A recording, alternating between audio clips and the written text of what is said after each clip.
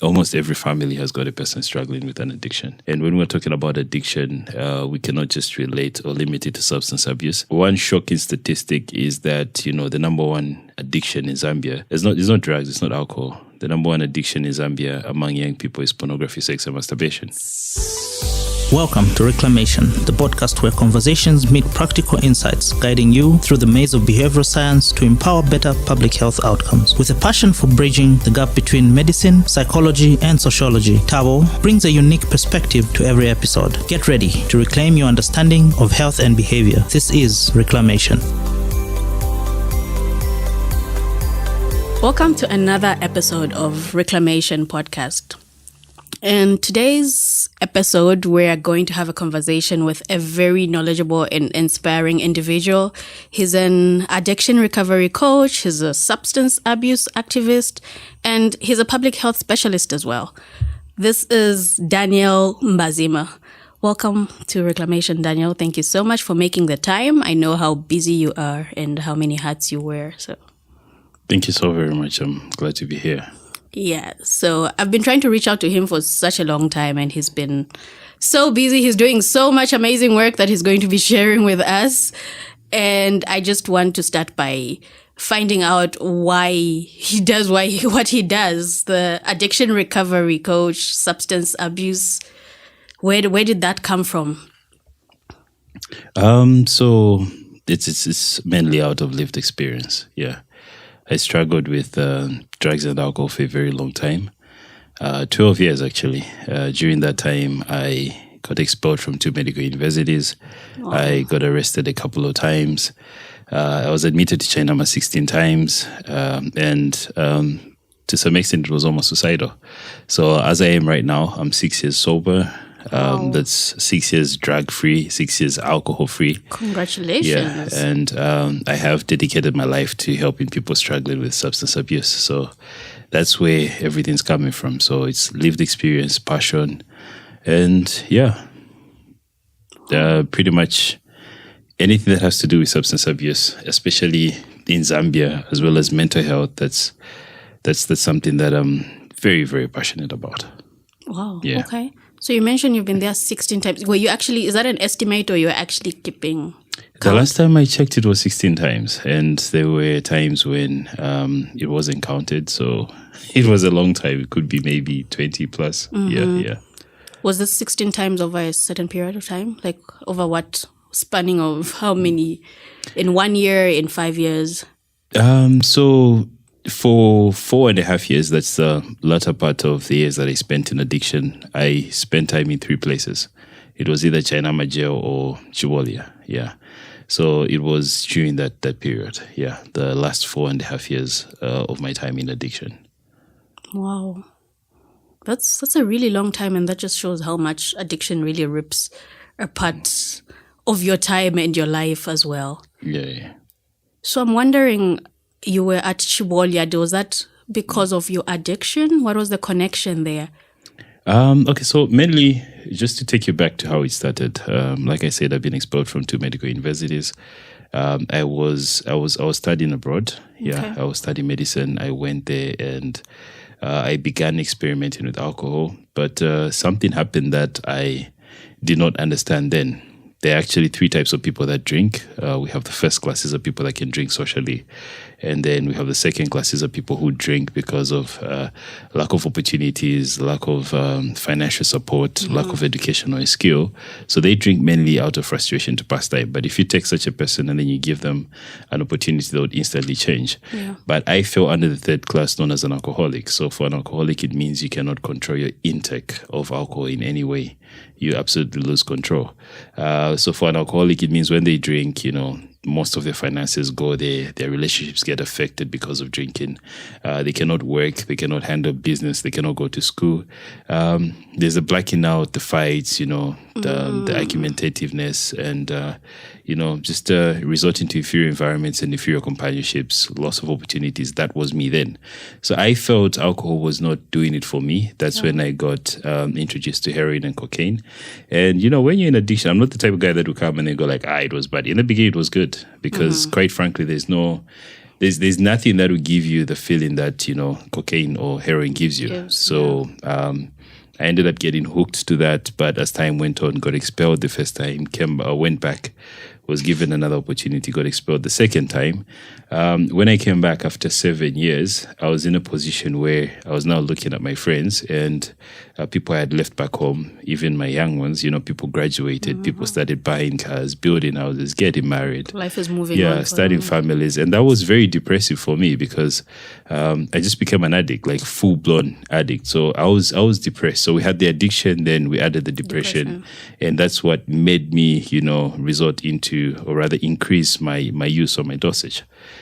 So because of that, I had to steal from my family, manipulate, and do a number of things just for the sake of me having the drugs and the alcohol. Then it was during this time that, because of what I was going through, I had to leave home, lived in Chiwolia for a bit. Because of my addictive habits, I ended up getting arrested a number of times. And we didn't have any rehab centers in the country. The only place that was there was Chenama. So every time I needed to detox or things got out of hand, I would end up in Chenama. Oh, that's quite a journey you've been. Yeah. It's actually interesting looking at that and then what you're doing right now. And I mean, you're a public health specialist, so you might even have a better understanding. There's been so much noise about whether Zambia has an alcohol or substance use problem or not. So I'm curious to know what you think about that, looking at how you've explained that there are 3 types of people who drink.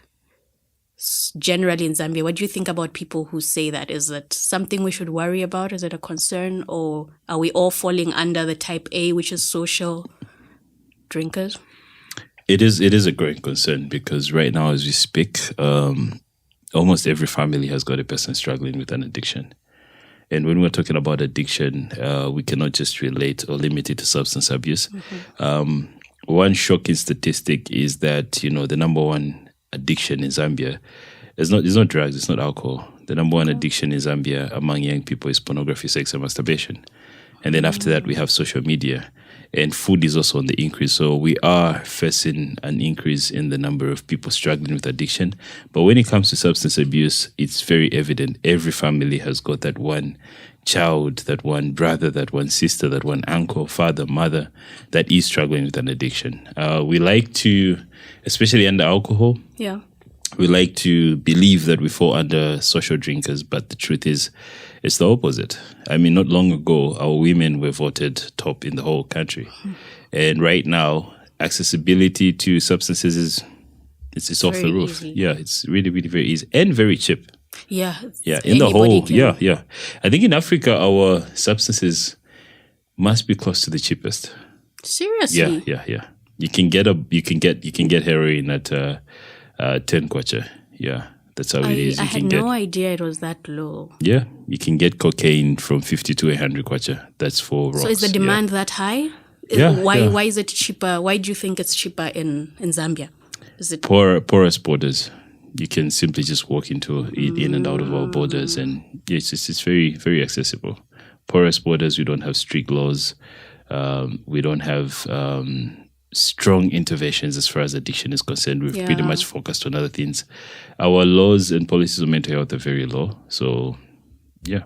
This sounds like a disaster waiting to happen when you explain it like that. It is. It's just if you can see the type of, not that it's related to addiction, but if you can look at what's happening right now, we're having strange behaviors moving up and down. Like it's just strange. Things that are happening are pretty much strange. So it is a ticking time bomb. Yeah. Okay, so now scary.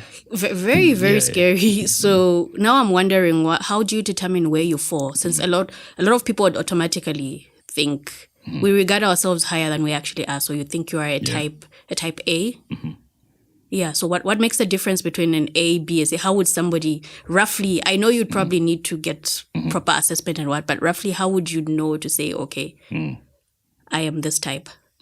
If it's affecting your relationships, then that's a problem. That's number one. We have a situation where people say like, no, but I'm able to work, I'm able to do this, I'm able to do that. When I drink, I don't cause any problems. I drink alone. The functional. Yeah. A lot of people say functional. It's even a bragging term now. Exactly. But if you drink alone and you don't cause problems, you don't black out. But the thing is, you are denying yourself and your family enough time for you to build and enjoy a relationship. So you're resorting into isolation and your loved ones are there wondering to say what's going on. Yeah. So you're self-medicating. That's a major indicator. The second thing is if you're able to abscond your priorities such as school, work or business or whatever it is, and your input is not 100%, that's an indication that there's a problem. Another thing is if it's affecting your finances, then you know it is a problem. If you're increasing in dosages or you're taking substances for the sake of dealing with stress, anger or other things, then it is a problem. And failing to sleep without having something, that for sure is a problem. Yeah. Wow. And I must add, all these things are coming from a deep pain, mainly related to mental health things. Every time I'm given a chance to speak, I like to divert to mental health because when we're growing up, we are taught what to do whenever we injure ourselves. I can approach a kid who's 10 years old and ask them, what do you do when you cut yourself? They know. What do you do when you have a headache? They know. What do you take when you have stomach pains? Everybody knows. So as we're growing up, what happens is, we know what to do whenever we're physically injured. And as a result, the physical injuries reduce. But what increases, on the other hand, are psychological and emotional injuries such as failure, injuries such as, unemployment, injuries such as disappointment, injuries such as heartbreak, injuries such as, not feeling like you're good enough. All those things keep increasing. Financial stress lately among young people, all these things keep increasing. And they make us so tense and so angry. And as a result, we need to cool off and we need to find something that's going to calm us down. And in most cases, people choose to addictive behaviors or, addictive substances. The fastest growing addiction right now is gambling. You can see betting places everywhere, and worse off, it's on our phones. So it is an addiction crisis. Now that you break up gambling, I'm wondering what differentiates one addiction from the other? Why is it? Is there anything contributing? If somebody is an addict, is it easy for them to be an addict addicted to multiple vices? Because I remember you mentioned to say you were the type C person. So does that mean you were prone to getting addicted to other things as well? Or is it just alcohol that would be for you? Are there people who are more prone to alcohol while others are more prone to betting or to sex and masturbation and porn? So the whole science behind it goes back to dopamine. That's just how it is. I will explain it from the substance abuse perspective, then I'll take it back to gambling, just for me to talk about different things. So we all have what is known as dopamine in our minds, and dopamine is that feel-good hormone that we get whenever something good happens or something extraordinary happens. For instance, we will be having this interview, but if my phone flashes and I receive money, there will be a switch up in attention. Because I'll be excited, I'll be calculating the budget and, izangena. Exactly. You get what I mean? Yeah. Ichola. So, and it's just that feeling that you get when it's your birthday and somebody surprises you with something that you've ever wanted. That high, so the way dopamine works is, I'll just quantify it for people to get a clear understanding. On your worst day, a day you don't feel like engaging, would say your dopamine is at 40. A day when you don't feel like, relating, talking to people and everything. Nothing extraordinary has happened, but you're just feeling low. I would say your dopamine is on 40. Normal day, I would say your dopamine is at 50. But there are two things that get to release dopamine naturally. We've got food and we've got sex. So we've got low day 40, normal day 50. We've got sex at 92, then we've got food at 94. The highest level of dopamine that a human being can get to is 110. That means this person is happy, vachilamo. It happens to very few people in life. Let's say maybe you win the lotto, you become the president. Just few incidents can increase your dopamine to 110. That's like the limit. So I'll go back. Low day, we've got 40. Normal day, 50. We've got sex at 92. We've got food at 94. We've got highest level at 110. That's how you're saying those numbers effortlessly. Yeah. So the shocking factor is drugs such as cocaine and heroin increase your dopamine level to 1,200. Yeah. That's the high. Wow. That's the, yeah. So that's way beyond anything else in life will ever get you. Exactly, yeah. You never feel that good with anything in life. Yeah. Even if you're given $100 million, you can't compare it to the high that you get whenever somebody's high. So initially people are actually addicted to that dopamine feel. They're addicted to that rush. Now the tricky aspect is when you take a substance, your mind will release, certain hormones to sort of suppress the release of dopamine. It will tell you like, look, you're overfunctioning, you're releasing too much. So it will have to try to calm down. So it will suppress that. So in turn, what happens is if you had one fix, one won't be enough. You need about 3 to feel that same effect. 3 won't be enough. Next time you need about 5, and just so on, 6, 7, just like that. So what's happening is you're increasing your dosage and you're building tolerance, and in the process you're getting addicted. Now you get to a point where if you do not take the drug, that's when withdrawal syndromes happen. So the common example I like to give is, let's say like we take you, then we put you in a desert and we ask you to walk as long as you can without food, water, or an umbrella for shelter. It's a desert. I mean, it's freaking hot.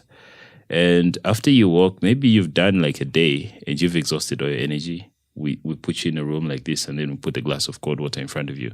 And then we ask you, we say, we want you to think about your loved ones. It's impossible, because what your body wants is just the water. Even if we give you dollars or something, it's impossible, because what your body needs is just that water. Even if we say you pray, you can't, because your body just needs that. So that can be compared to the type of craving that a person has whenever they're on drugs or on alcohol. They get to a point where when they don't have that substance, they can steal for anything. They can manipulate, they can kill just to get to that drug. That's pretty much how it works. So that's on a substance side. So for a person who is struggling with a gambling addiction per se, when they are gambling, they get that sort of rush, that thrill. And it's the same as somebody's high on drugs. So they will gamble and they'll be excited. They get to lose money or they get to win money. But what they want is just that same rush. And it happens within seconds. It's not something that happens for a very long time. So even if a person is using heroin, there's a point where it quickly goes up, or the cocaine quickly goes up, then it acts in reverse, so it goes down. Even for alcohol, for a person that's drinking too much, there's a point where it quickly goes up, then it acts in reversal. That's where the blacking out and, everything happens. So even for a person addicted to gambling, that rush gets them so high that when they lose or they win, they want to feel the same thing over and over again. And the fact that there's a psychological effect to it, which involves money, and, money is a major motivator. We have people gambling over and over again. So it all goes back to the relationship that we have with dopamine. And each and every one of us can be an addict. That's just how it is. So when we quantify or describe an addiction, the easiest term I like to use is anything that gives you temporal pleasure but has got negative consequences. That's pretty much it. So we are all potential addicts. Okay, like looking at the definition you've given, I'm wondering, like after everything you've explained and then you've ended it with the definition. So I'm now wondering to say, are there activities that we generally as a society feel are healthy or good, but then can turn into addiction? Like, for example, exercise, we're big on trying to get people to stay fit, and can that turn into an addiction as well? Exercising can turn into an addiction, and it does turn into an addiction. And when we're talking about an addiction, there is nothing like a good addiction. Like I said, anything that gives you temporal pleasure and has got negative consequences is potentially an addiction. So we have certain things such as, exercising. We have the opposite, which is eating. We have right now social media addiction. people are upset out there because you look at a person and you think maybe somebody died, but no, their phone is off because that's what did their thing. Yeah. Especially now with the load shedding. Exactly. So people are really, really addicted to social media. They can't really do without social media. They can't be off their phone for a very long time. Yeah. So, and when something happens, they feel like there's something missing. That's the thing. But in the end, yeah, it's not as aggressive as the other addictions, but it's costing them their relationships with other people. It's costing them their happiness because they're living a virtual life, and they're pretty much excited or worried because their life is controlled by the number of likes that they have on social media.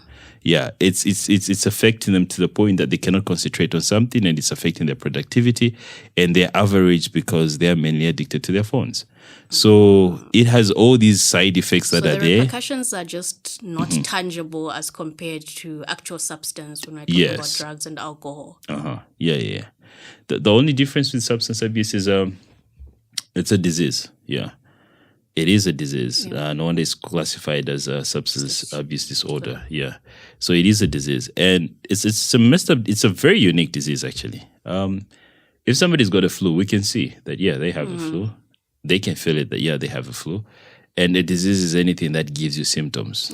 Yeah, that's just it. And can be treatable or is incurable, any of that. But anything that gives you symptoms is a disease. And when you look at the symptoms in addiction, it's crazy. That's why many people fail to understand it, because while we have physical symptoms in flu and in malaria and physical symptoms in addiction it doesn't stop there, because we've got legal symptoms, we've got financial symptoms, we've got social symptoms, we've got spiritual symptoms.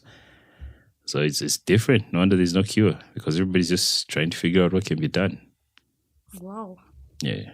That's very interesting. And I like how you've really simplified and helped us understand the science of addiction and all the dopamine and how it actually works in our body. So now I'm wondering how are you able to reverse that? Because I know you have a rehab center that you're running, Sanity House.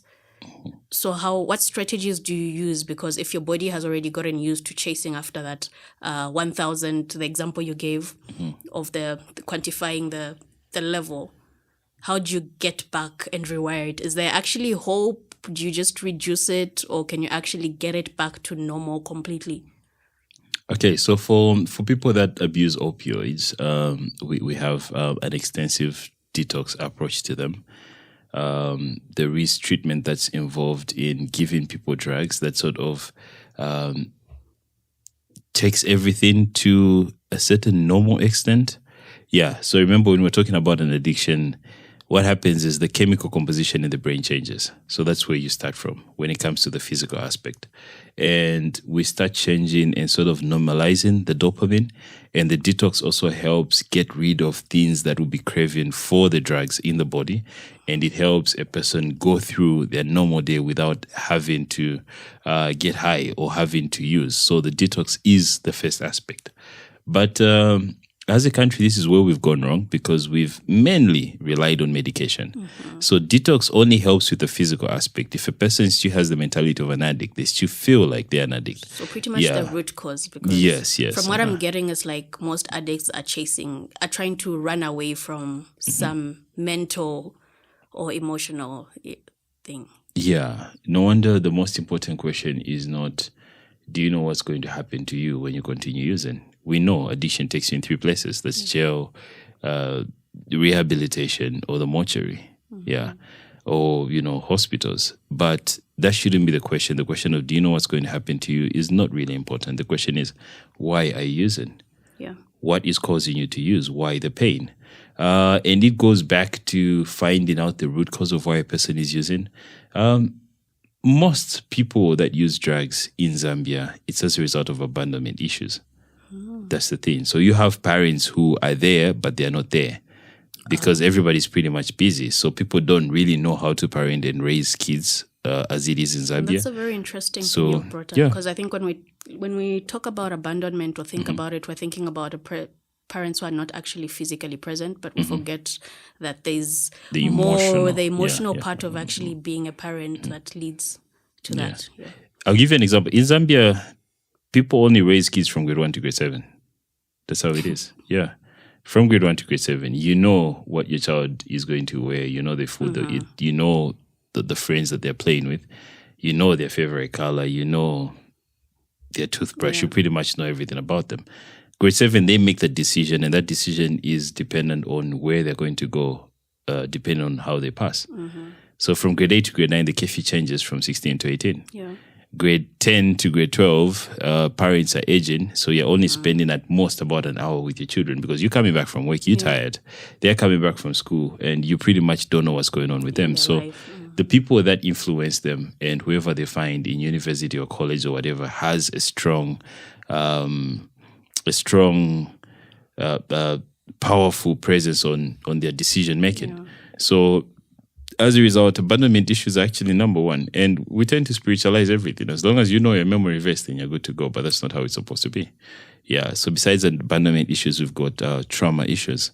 Yeah. So if you got exposed to something while you're very young and your brain was not mature enough to handle that psychologically, then there are higher chances that you most likely will get to that.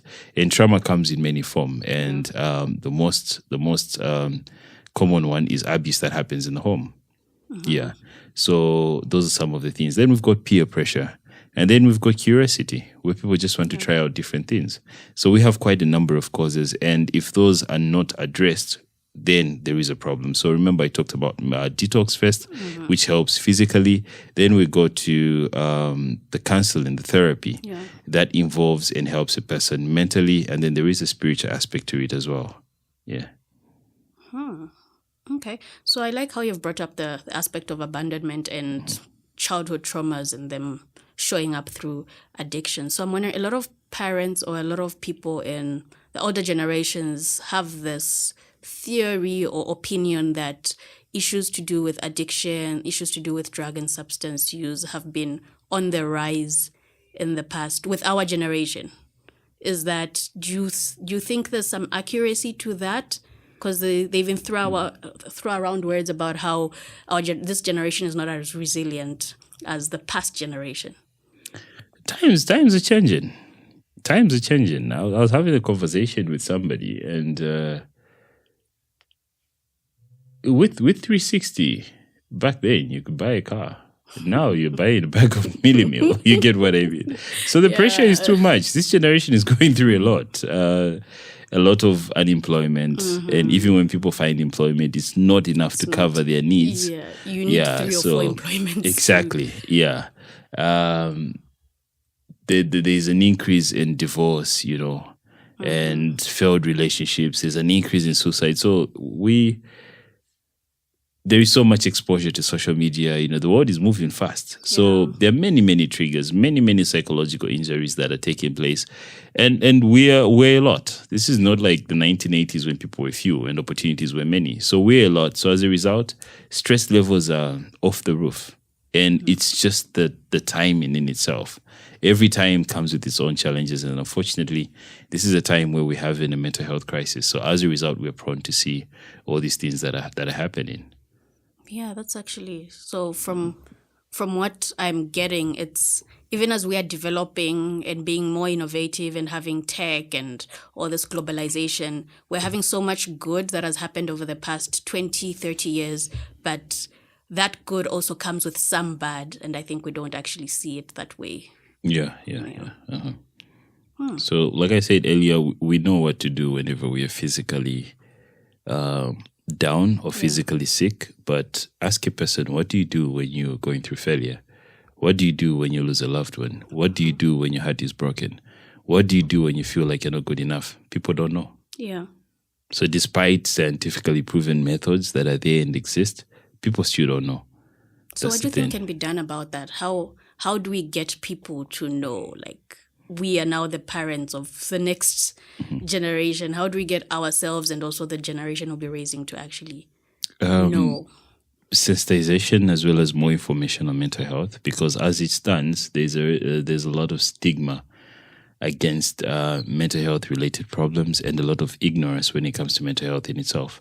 So we need a lot of sensitization. The same thing that is being done in terms of financial literacy in schools and curriculums changing. people need to know how to cope and deal with stress. Otherwise, they're going to go to something that will give them a false hope. And what exactly is the false hope? Drugs and alcohol. Yeah. Because that's the only thing that will give you a perception of you're going to be happy and you're going to get rid of things. Yeah. So, but then it's a quick fix, but not really fixing anything. Per se. Okay, that's actually very insightful. So I'm wondering, because I know you mentioned about how this is kind of taking us back. Like, how do our systems contribute as well to addiction? Because I know some countries have higher levels than others. Like, what are some of the things that actually contribute to those discrepancies that we see across different countries? Why are some communities have higher level than others? Because I'm sure the rates in Lusaka might not be the same with Copperbelt, or not the same with South Africa or Uganda. Like, what are some of the factors that you've noticed? Accessibility, availability, and affordability. Those 3 A's are a major problem. Okay. Yeah. In any, in Lusaka right now, in every residential area, you can get alcohol within 100 meters of wherever you are, in any residential area. That's bad. That's really, really bad. You can get your hands on alcohol 100 meters from wherever you are, even from here. Yeah, like you have to count just 100 meters. You can get yourself alcohol anywhere. That's how bad it is. That means it's very accessible. On top of that, it's not only adults that can do that, even children can do that. So the laws in itself are really, really not encouraging. On the other hand, also, we don't have coping mechanisms. And as a nation, we've gotten to accept that, drinking is normal. And it's something that, everybody uses for fun. Look at social media over the weekend. Like, you have an event going on, but how many people are talking about it? Even a leisure event, such as, there's this thing going on, like how many people are talking about it? But then look at the emerging chill spots that are here. Yeah. In other countries, not to have anything against people that club, but in other countries, when you get to a certain extent, you cannot be admitted into a club. Yeah. But here it's chipante. Yeah. Anybody can. Other places, clubs close at 02. In other countries, clubs close at 02. We don't have those regulations here. We don't have any of those. Clubs open at a specific time, but here every day you can get drunk every day. There are even those stories like you wake up to buy bread, but you come back drunk. So, we have all those things. Yeah. Not to say anything against people of Material. That's where I'm from, by the way. So, yeah. Yeah. So it's a lack of options, I guess. Like when you actually think about it, lack of recreational facilities, quite a number of things. Yeah. They're all contributing factors. Oh, that's actually really sad to note, because that's a change that can't happen overnight. Unfortunately, it's very gradual, because it stems from the top there and trying to convince and show them the importance of investing in that. And that's actually, I feel like it's even much harder, because like alcohol is bringing in so much revenue. So it's like, even as you are trying to cut down on that, generally as a nation, you should be able to replace that revenue that might be lost. That's the same with betting companies. They're paying a lot in terms of taxes. So looking at economic hardships, what's the better option? So there's so many systemic contributors or barriers as well to that. Okay, that's interesting. So looking at the work that you do at Sanity House of you're pretty much getting somebody who has a habit and trying to break that habit, right? Do you replace it with another habit? We restore livelihood to normalcy and introduce sober living. We don't really replace that with another habit, because there's potential for addiction. So we help with healthy coping mechanisms. That's pretty much what we do. Yeah. Okay, so I'm curious to know, what are some of the insights you'd share to somebody who might not really think they're addicted, but they're trying to break away from a specific habit that they feel is unhealthy. Maybe it's not as fatal, as destructive as the actual alcohol addiction or an alcoholic, but it's something that they think is just, it's a pain in their life and they want to get rid of them. What are some of the normal things or tips they can use to actually try to cut down on that? It could be maybe eating unhealthily or spending too much time on the phone. Just the usual everyday things that some people would be like, no, I want to do better at this, even though it is kind of probably feeding into their dopamine levels as well. You have to remember, even the strongest lions hunt in a pride. So you cannot overcome something that's huge by yourself. You need to seek help. And there is hope and there is help now. You can get in touch.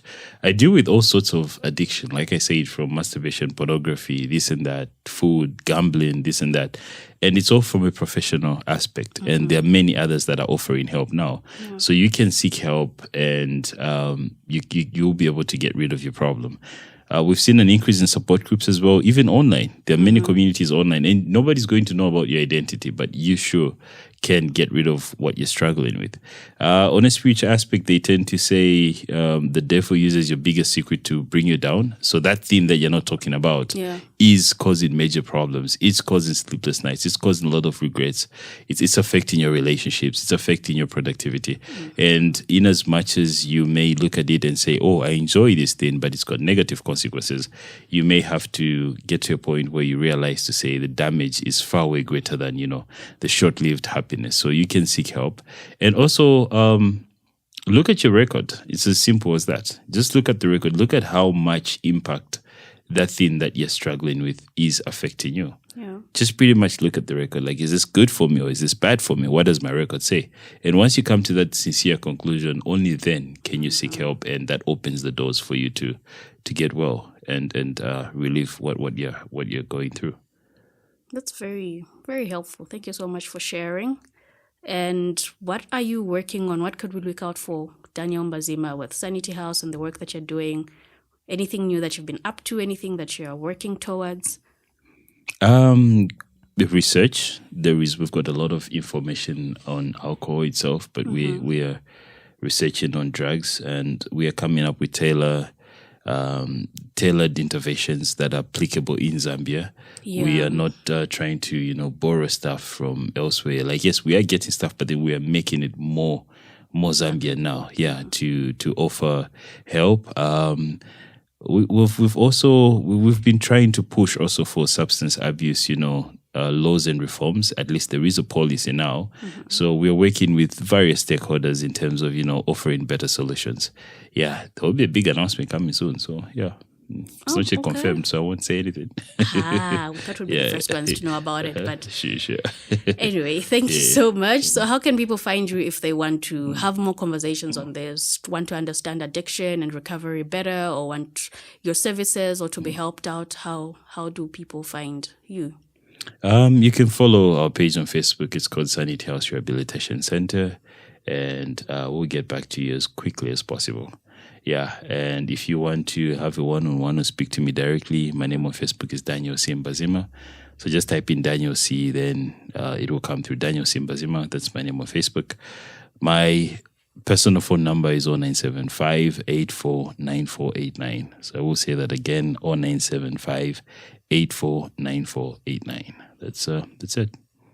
Okay, great. I'll share the links to the social media platforms so that people can easily just click on the show notes and be directed right to it. Is there any question you wish I had asked? I'm good. Sure? Something we need to do. You have so much knowledge. There must be something. You're like, No, I'm good. Okay, we just had a very insightful conversation with Daniel Mbazima, the founder and the director of Sanity House. He is a substance use activist, substance use activist and a recovery coach, and he's also a public health specialist. So he taught us so much about the science of addiction, understanding how we get hooked, and the that sentence was it should be cut. You've memorized it. It was all over the place. Okay, so that was Daniel C. Mbazima, a substance use activist and a recovery coach, and he's also the founder and running Sanity House. a recovery house found in Lusaka, Mutumbi area. He shared so much insightful knowledge about the science behind addiction, how people get hooked, and the different aspects and factors that contribute to addiction in Zambia.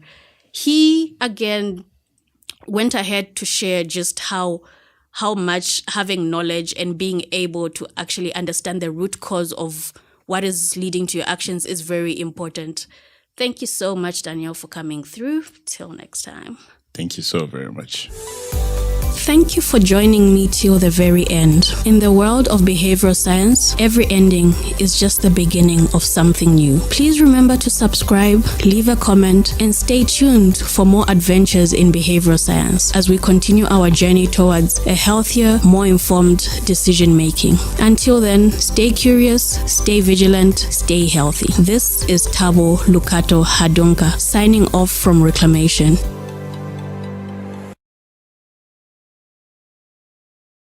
Disease manifests because there is a distortion, there is some kind of disruption in the energy field or in the body. And that could be a faulty diet, or a poor diet. There's a lot of junk food, or it could be toxins or chemicals, or it can be stressed, or it can be trapped emotion. It could be whatever it is, even if it's something physical, it's still energy and it's still disrupting on an energetic level in the body.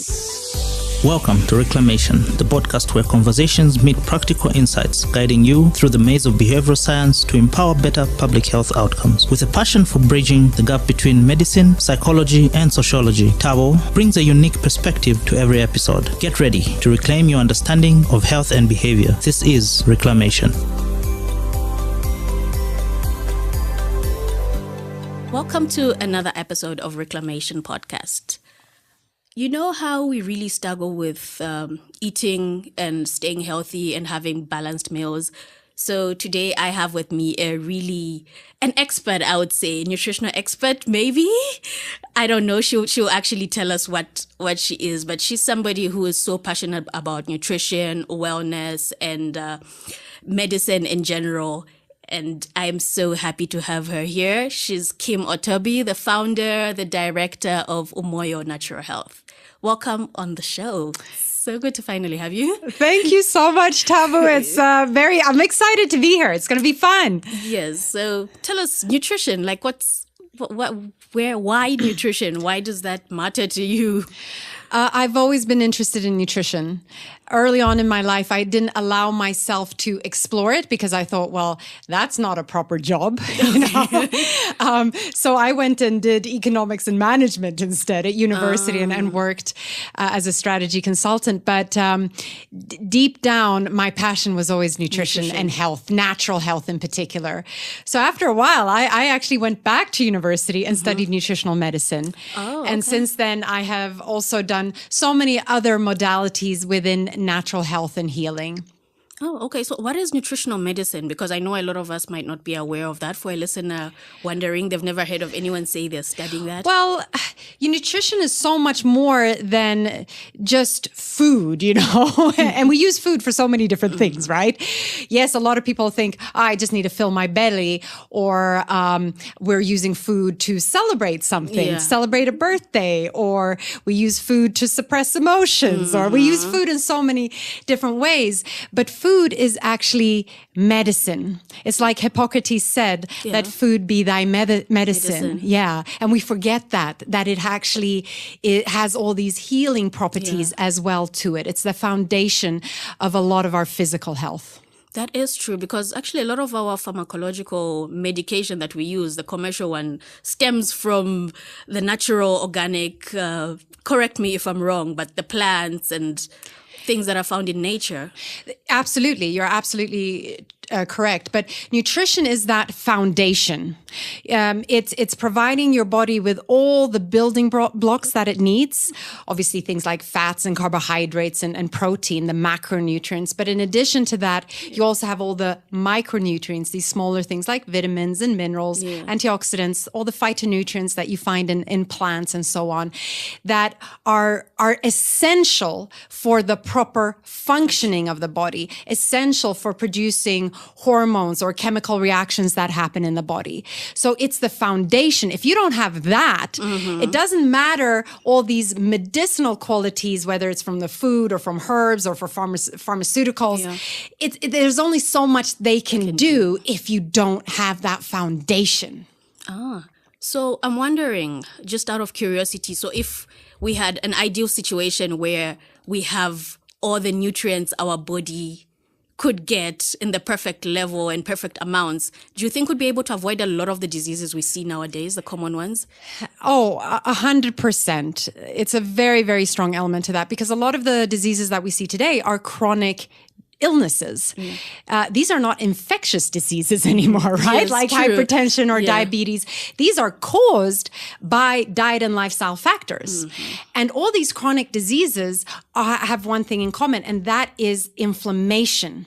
And inflammation in our body is very much dependent on what we're eating. However, I will say this, that health is, a lot of the time, especially when we're looking at nutrition, we're looking at very physical things. And when we talk about health, a lot of the time we talk about physical health. Okay, diabetes is something to do with the physical body. Hypertension is something to do with the physical body. But we are not just our physical body, We're right? much more than that. We are so much more than that.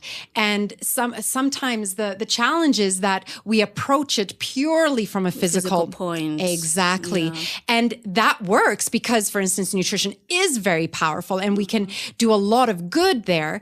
But if we want to speed up the process and get full healing, full health, optimize our health, we got to look at ourselves as the total being that we actually are, which is, yes, the physical health, but also the emotional health, the mental health, spiritual health. And when we bring that together, that's when we can really talk about true health. Yes. Because you can look at something purely from the physical view, but perhaps, and you can do everything right. I'm sure you've heard of people who've can't believe she got cancer. I mean, she was so healthy. She did ate everything. She exercised. Exactly. She did everything right. She exercised. She ate right. well. She managed her stress, all these things. But how could she get sick? Yeah. Well, we have to then look at other factors. Perhaps it was on an emotional level. Perhaps there was a lot of resentment that hadn't been dealt with in the body. That would affect you on a physical level as well.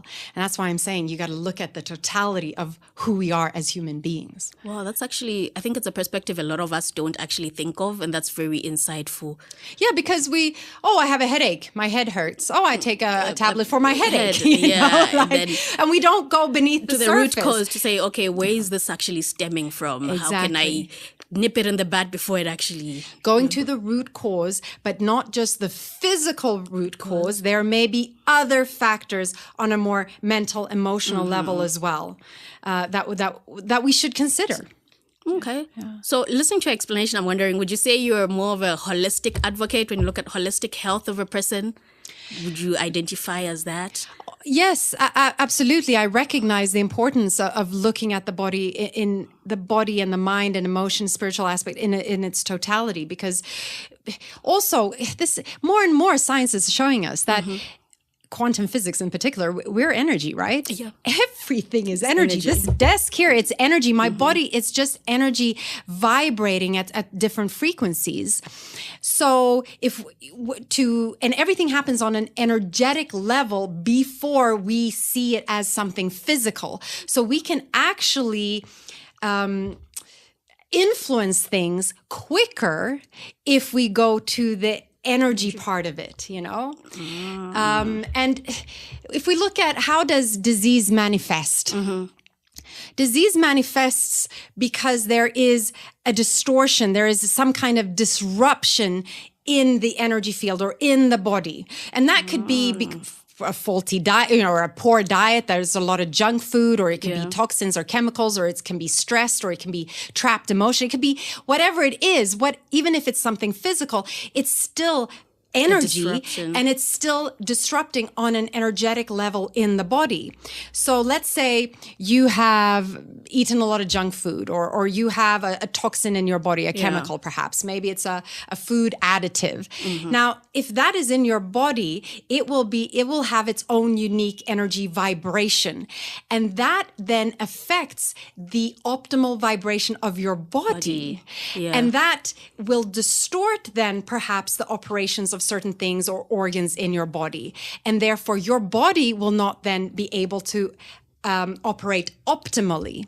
So the way to really look at health and healing is that we want to remove all that disruption. We want to remove all that distortion so that the body can go and do what the body does best, and that's heal itself, But because we eat all these crappy foods and we have so much stress and we carry a lot of negativity when we focus on all the negative stuff and whatever it may be, we make it so difficult for our body to heal itself or to be healthy. We're putting all these spanners in the work, Wow. So really it starts with removing all these disruptions that make it so difficult for the body to just be naturally healthy, be naturally strong. That's our natural state of being.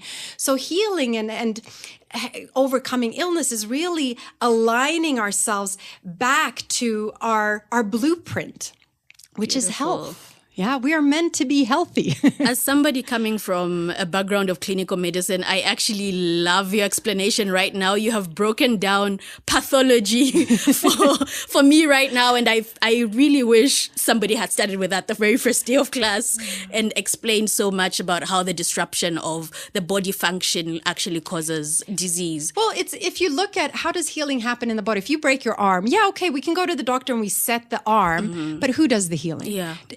Does the doctor do the healing? No. And it's the body heals itself. It knows what to do. We just have to create an environment for it to flourish and do its best. Exactly. And that is true for whatever type of medicine you practice. Yeah. Wow. That's interesting. And going back, you talked about, for example, taking something with preservatives or additives. I know how Moyo is known for natural foods. What are some of the benefits of just having foods in their natural form as compared to the processed and the, Yeah, no, great question. I mean, how did God intend our foods to be? It's how we find it in its natural form. That's when it's going to be at its healthiest. So what happens when we start processing food? Firstly, what happens is that we start removing a lot of elements in the food that we need, that are good for us. So if we're looking at when we process corn into milli meal, we remove a lot of the fiber. And when we do that, we also remove a lot of the minerals. Now we don't get that in our diet, Yeah. When we eat shima, I mean, that's such a big part of our diet. And now we've removed so much of the healthy elements. If we look at other processed foods, so we've removed some of the good stuff, but then the actual processing will actually destroy whatever good is still in there. So for instance, if that processing applies a lot of heat, that heat will destroy a lot of the vitamins. Yeah. It can denature some of the protein. Heat also damages a lot of the antioxidants, these phytonutrients that occur in plant-based foods. Heat will destroy that. So the more something is processed, the more we also destroy what is left in the food. And then, like that wasn't enough, because the processing will reduce the taste, the appeal of the food. And food manufacturers, of course, want you to buy this food. Yeah. Stay in business. Absolutely. So what do? They add things to make it tastier. And the three things that make it super tasty, it's sugar, salt, and fat. Oh, yeah, fat. Yeah, fat. And not good fat, not the good quality stuff, the cheap stuff, like hydrogenated vegetable oils. So you're getting so much more sugar and salt and these bad fats in the food. And then, of course, we want the food to look good. So we add artificial colorings, artificial flavorings, and all sorts of preservatives as well. So we are removing the good stuff. We are destroying whatever's left in there. And then we're adding bad stuff. And then we're surprised that this food is causing the body to deteriorate. And once again, the body is such an incredible thing that it is so resilient. And that is why it can take 10 years, 20 years, 30 years, 40 years before you see symptoms, because the body is always working so hard, tirelessly to keep you healthy. I'm actually glad you brought that up, because my next question was going to be, so what? Because a lot of people we take a lot of the processed foods with the additives and all that, but I'm still good. Yeah. I'm okay. Yeah, but you're still young, so things are going on in your body. That distortion, that disruption may be happening, but your body is dealing with it. But accumulative, there's only so much the body can handle, right? And remember, we can look at health as a continuum. Yeah. One side of that continuum, you're diagnosed with an illness. And then the other side, let's say optimum health. But then there's a whole continuum between those 2 points, right? Yeah. So you might be somewhere in the middle. Okay, let's say I've been feeling a little bit down. I don't have that great energy lately, and maybe I have a headache. So I go to the doctor and I say, hey, something is wrong. I'm not feeling 100%. Please just test me. They do every imaginable test under the sun, and they come back to me and they say, hey, Kim, you're perfectly fine. Our test shows exactly there's nothing wrong with you.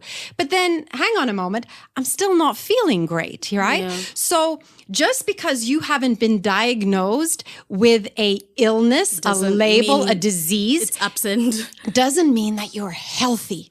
And you got to ask yourself, what kind of life do you want to live? I mean, I would prefer to live a life where I have energy and vitality, and where my mind is at peace, and I have calm and so on, and where I'm positive and I focus on the positive. Yeah. What kind of life, where are you? So that's what you kind of have to ask yourself. But the problem is, of course, that when we are younger, we think we're invincible.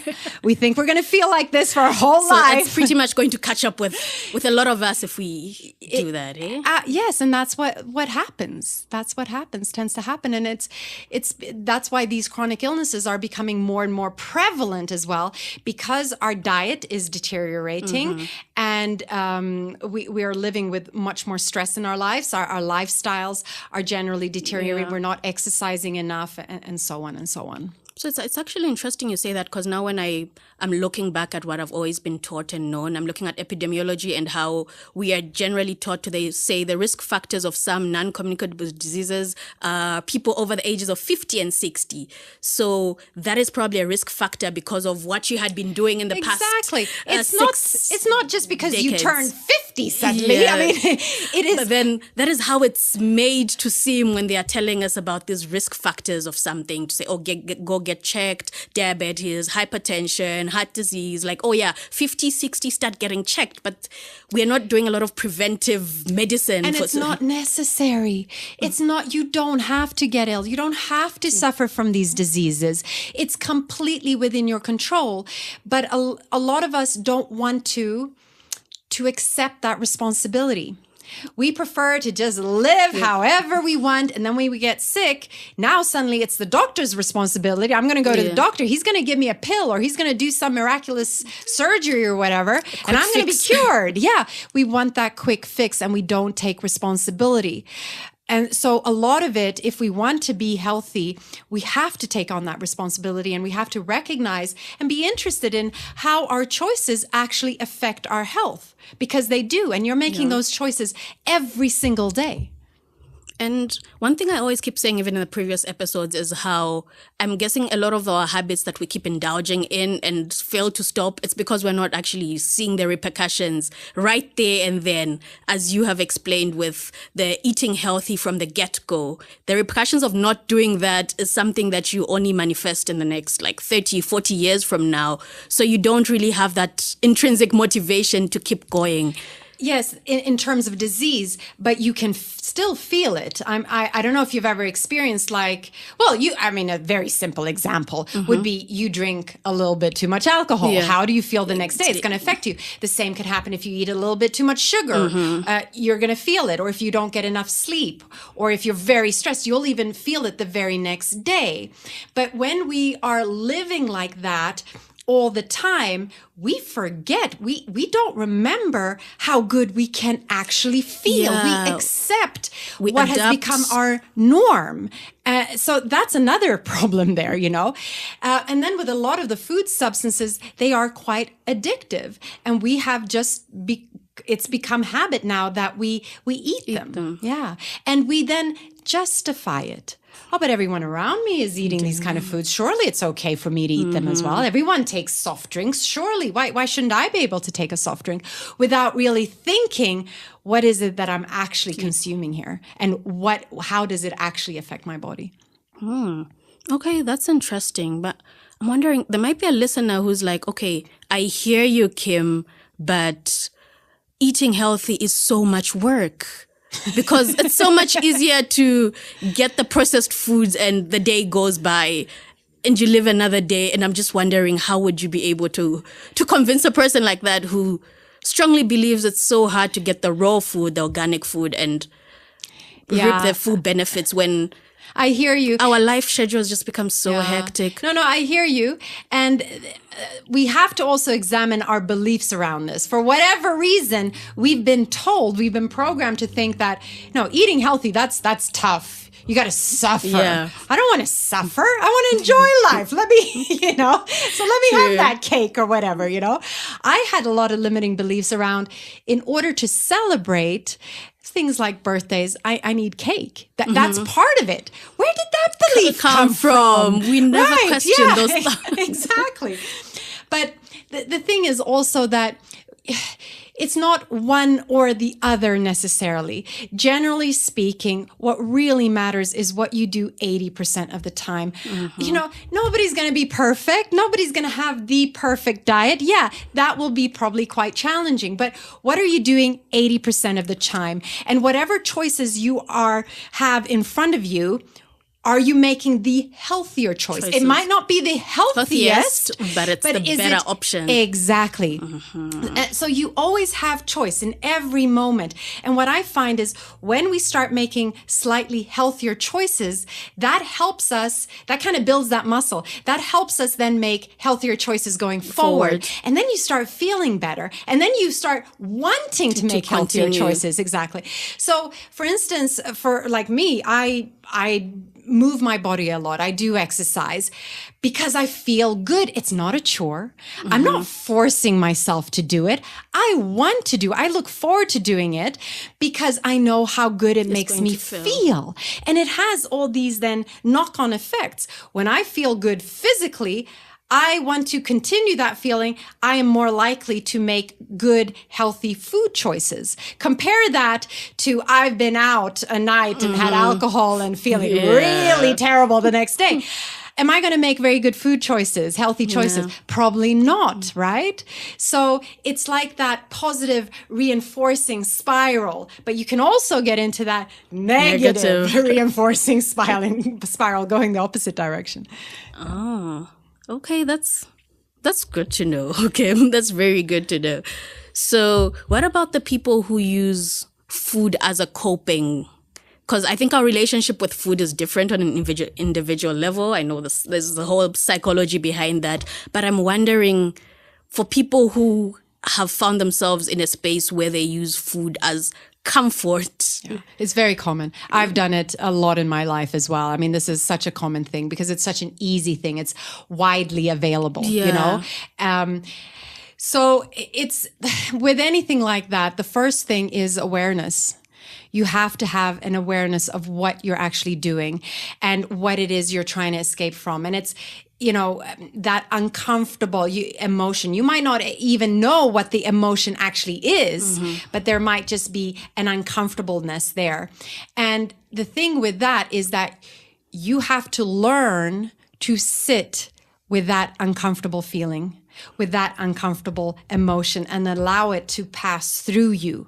Because what you're doing when you're taking the food is that you are pushing it away. You are suppressing that emotion. You're not allowing that emotion to flow.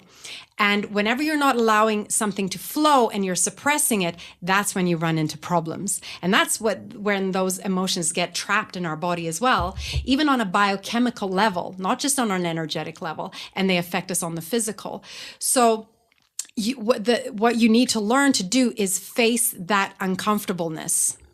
Right? So when you feel like you have to just get into the kitchen, you have to eat something. Just pause and just sit with it and just see how you feel. And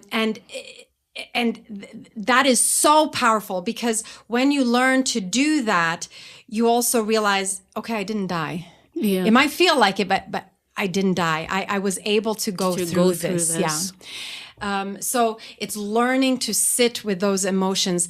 And it's not just food that we use to deal with our emotions. Yeah. It could be anything, really.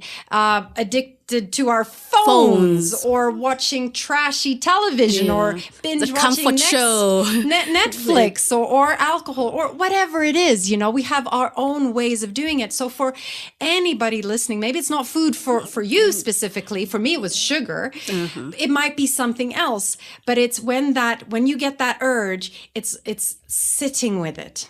And allowing, like I said, those emotions to flow through you. And also realizing that you are not the emotion. You are not your thoughts. Taking a step back from it, becoming an observer, noticing what is happening, like with a curious mind. Oh my gosh, I'm feeling like this. And, so taking a step back so that you don't identify so much with that emotion or that thought pattern, because it ain't you. It's not you. Definitely isn't. Yeah. Okay. That's good, because that's similar to what I tell a lot of my clients in therapy as well. So it's good to hear that we can actually use those techniques and life skills into other aspects of our lives as well. Yeah, and maybe in the beginning, it distracting yourself with other things also helps. Ultimately, you have to sit with your emotions. You have to learn how to do that. But in the meantime, as you're learning to do that, it's a process. You start with the small, because I always advise my clients, start with the smaller emotions and then build up. Try to sit with the small ones, and eventually you'll be able to sit through the harder emotions that you. But let's say you're a binge eater. You eat a lot of a large quantity of food at a time.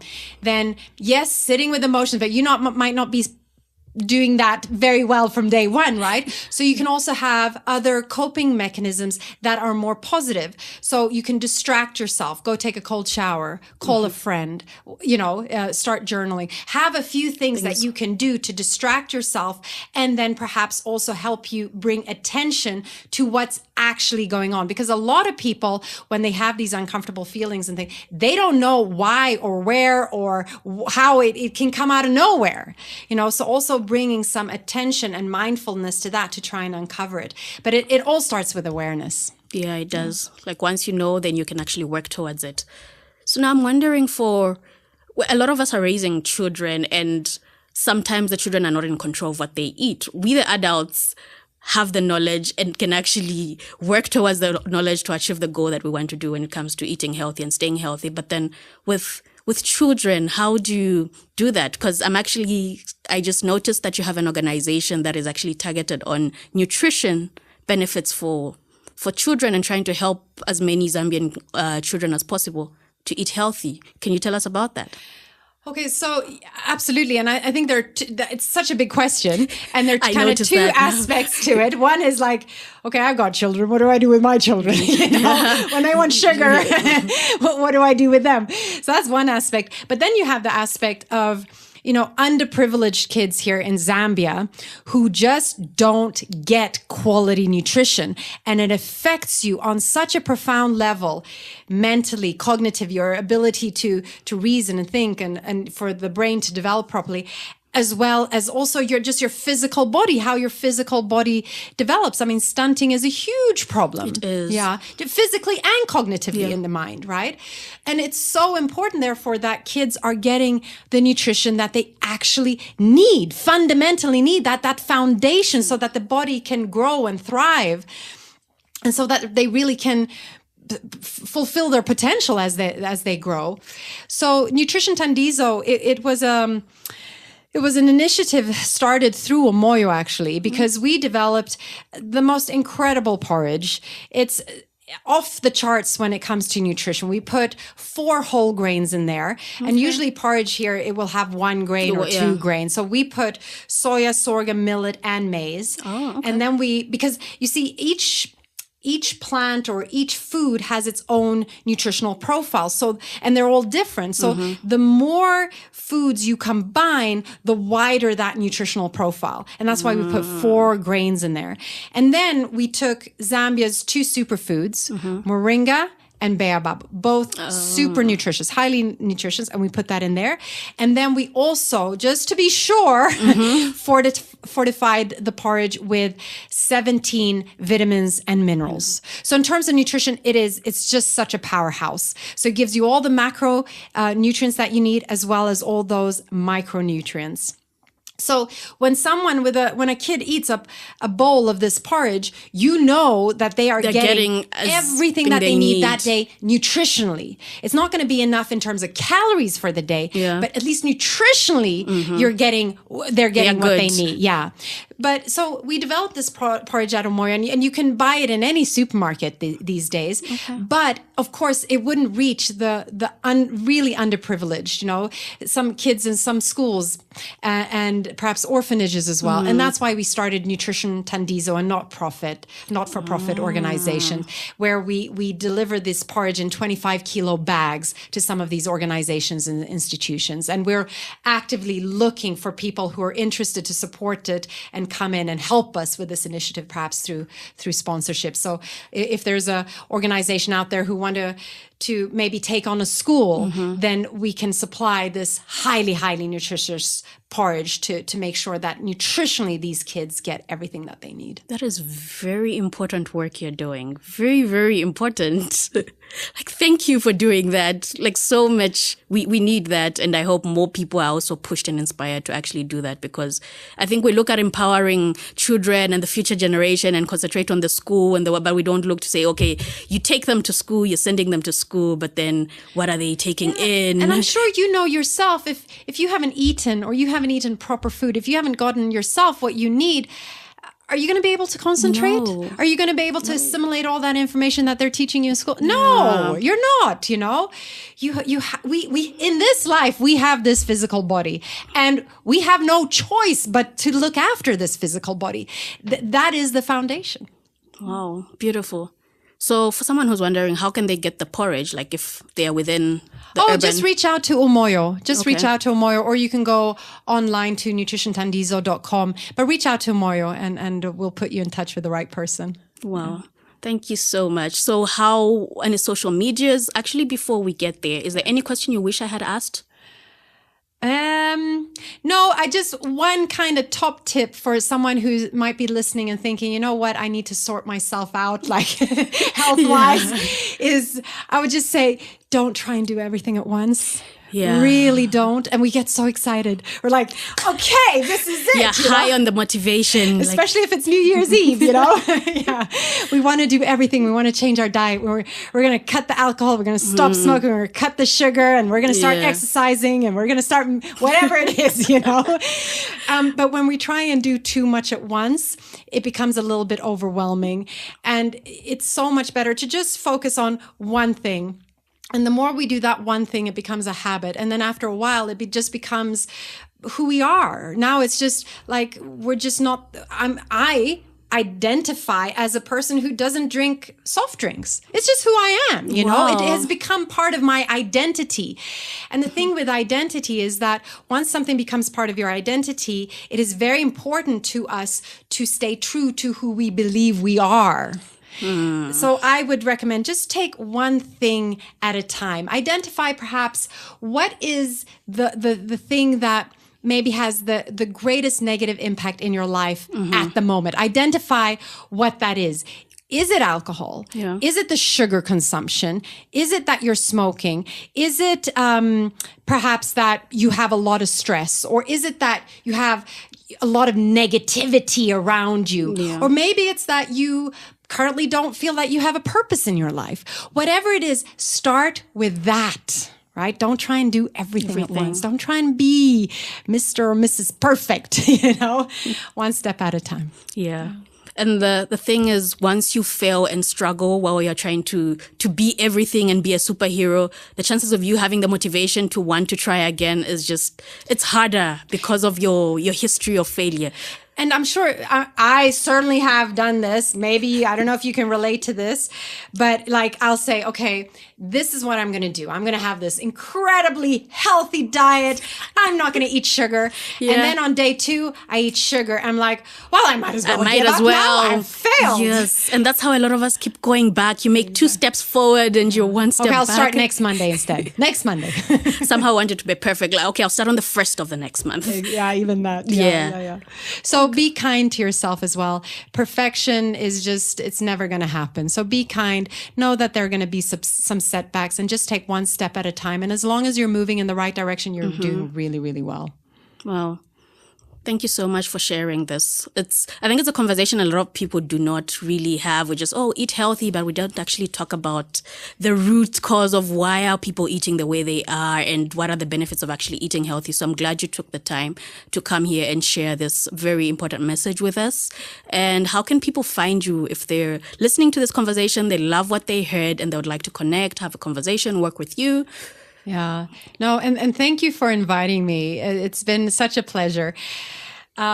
So yeah, obviously Umoyo Natural Health, and you can find Umoyo on all social media platforms, and please visit our shops. And, we have so many beautiful, healthy, quality, natural products now that you can also find in all the supermarkets across Zambia.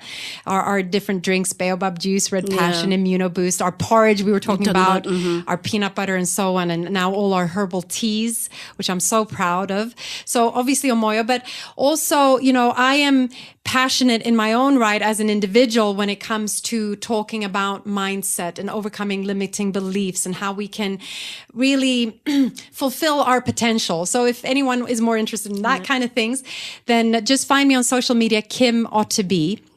Instagram, TikTok, and Facebook, Kim Otterby. And if you don't know how to spell that, I'll definitely share the link in the show notes, but yeah. Or just Google Kim and Umoyo and my last name it should will definitely come show up. up. Yeah, exactly. Yeah. Thank you so much. So that was Kim Otterby, the founder and director of Umoyo Natural Health. We had a very lovely conversation. We looked at the importance of eating healthy, even if you think you might not reap the benefits immediately. And overall, she wrapped up by talking about how it's important to make any small progress. Start small, build up, and you actually get there. Messy progress, as I always say. It's progress, even if it's messy. Thank you so much for tuning in. Till next time. Thank you for joining me till the very end. In the world of behavioral science, every ending is just the beginning of something new. Please remember to subscribe, leave a comment, and stay tuned for more adventures in behavioral science as we continue our journey towards a healthier, more informed decision making. Until then, stay curious, stay vigilant, stay healthy. This is Tabo Lukato Hadonka signing off from Reclamation. Actually very important, because after you're able to recognize and label your emotions, you understand how certain emotions trigger the unhealthy behaviors. Welcome to Reclamation, the podcast where conversations meet practical insights, guiding you through the maze of behavioral science to empower better public health outcomes. With a passion for bridging the gap between medicine, psychology, and sociology, Tabo brings a unique perspective to every episode. Get ready to reclaim your understanding of health and behavior. This is Reclamation. How many goals have you set in your life that you actually have not seen through? Health goals in this context, obviously. How many times have you told yourself you're going to eat better, you're going to eat more greens and more proteins, you're going to cut down on specific maybe meals or portions or type of food? How many times have you told yourself you're going to maybe reduce on your substance intake, which could be the alcohol, the smoking, the tobacco? How many times have you told yourself you're going to work out more? How many times have you actually set a goal of wanting to do this and hoping you would achieve it, but then you somehow do not? I have been in similar situations so many times. I have found myself indulging in behavior I wouldn't want to, or struggling to indulge in a behavior that I actually really want to because I know the benefit that it has. But for some reason, I just wouldn't. And at the time, I wish I had knowledge on CBT, and that's what I want to talk to you about. So welcome to today's episode. If you really want to understand how you can break that vicious cycle of setting goals and never seeing them through, I feel like this episode will really help you, because an understanding of CBT has helped me personally in my life, and it has helped so many of my clients in psychotherapy as well. So when we talk about CBT, we're talking about cognitive behavior therapy. So cognitive behavior therapy has what we know as the CBT triangle, which is also known as the cognitive triangle. So this is a core concept of cognitive behavior therapy that illustrates the interconnectedness of your thoughts, your feelings, and your behavior. So when we're looking at cognitive behavior therapy, this is a type of psychotherapy that it focuses on identifying and changing your negative thought patterns and behaviors. So it's a belief that your thoughts and your feelings and behaviors are interconnected. So by changing negative thoughts and behaviors, we can improve on our emotional well-being, on our overall mental health, and hence actually get the desired behavior that we seek. And that is what I would want each and every person to actually have some basic understanding of. So cognitive behavior therapy is a model that is used with so many different clients who have different challenges such as depression, anxiety, OCD, PTSD, substance use disorders, addiction, and other behavioral disorders and challenges. It's been very effective. I've seen it also work on the clients that I've been seeing over the past few years. So with cognitive behavior therapy, as I said, we use the CBT triangle. So your thoughts, a triangle has three sides, right? Three sides and three angles. So we can imagine a triangle with one angle at the top and two at the bottom. The top one being the thoughts, the next one at the bottom being feelings, and the next one also at the same level as the feelings being your behavior. So basically what you think, what thoughts you have running in your mind have an impact and contribute to and lead to you feeling a certain type of way. And when you feel a certain type of way after thinking, you then decide to indulge in a certain behavior or not indulge in a behavior at all. So when you understand this, you're able to understand how your thoughts and how your feelings actually affect the behavior, and you're able to manipulate this. So when we look at understanding CBT and how it can work for you, you need to first start by identifying and challenging your thoughts. So this means identifying and challenging the negative thoughts. You can do this by being more aware of your thoughts. A lot of the times we are not aware of what we actually think. Sometimes we see ourselves doing something and behaving in a certain way, and we don't actually go back the path and see what led to that. But with cognitive behavior therapy, that is where it now comes in to say, okay, why are you behaving like this? Because you felt this way. Why did you feel this way? Because you thought in this way. So if you could start by identifying your thoughts, what is it that you actually think of? What thoughts or negative thoughts are holding you back? For example, somebody might think they have this thought that I can't handle stress without smoking. Like every single time I am stressed, I have to smoke. I have to take a cigarette. I have to take some weed. I have to maybe drink, a shot of something really alcoholic and strong. That is a thought. But then cognitive restructuring is a core component of CBT, and it involves identifying and challenging those distorted thought patterns. Because you look at the thought that you have and ask yourself to say, is this thought actually a fact? Where did this thought come from? Where does it stem from? These thought patterns are referred to as cognitive distortions, and they can actually contribute to emotional distress and also maladaptive behaviors. So the goal of cognitive restructuring is to replace these negative thoughts with more balanced and realistic ones. So you tell yourself to say, I cannot handle stress without smoking. I cannot handle stress without eating the chocolate. Imagine you're trying to cut down on your calories and you have this thought that you can't handle stress. So you look back and actually question that thought. It's not a fact. So why do you have it? Then that way you can actually change it. I am stressed, but I can handle it in another alternative way. And that is what we do with cognitive restructuring. So for me, when it came to taking my medication, I had told myself that taking a pill every single day was so much work. But then I sat down and realized to say, no, but why did I actually think it's so much work? Because taking one pill takes less than a minute of my time. So a lot of the times you've created the problem in your thought process.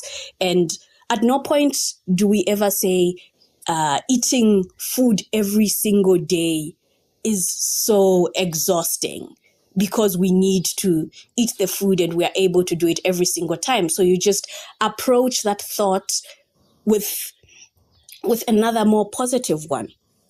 So it's easy to do this sometimes because you're not always aware of your thoughts by keeping a thought diary. And that's why I always encourage a lot of the clients I see, I always encourage everybody who is having such challenges to keep a thought diary, record your thoughts, record what you're actually thinking. That way you can go back to them and actually question them.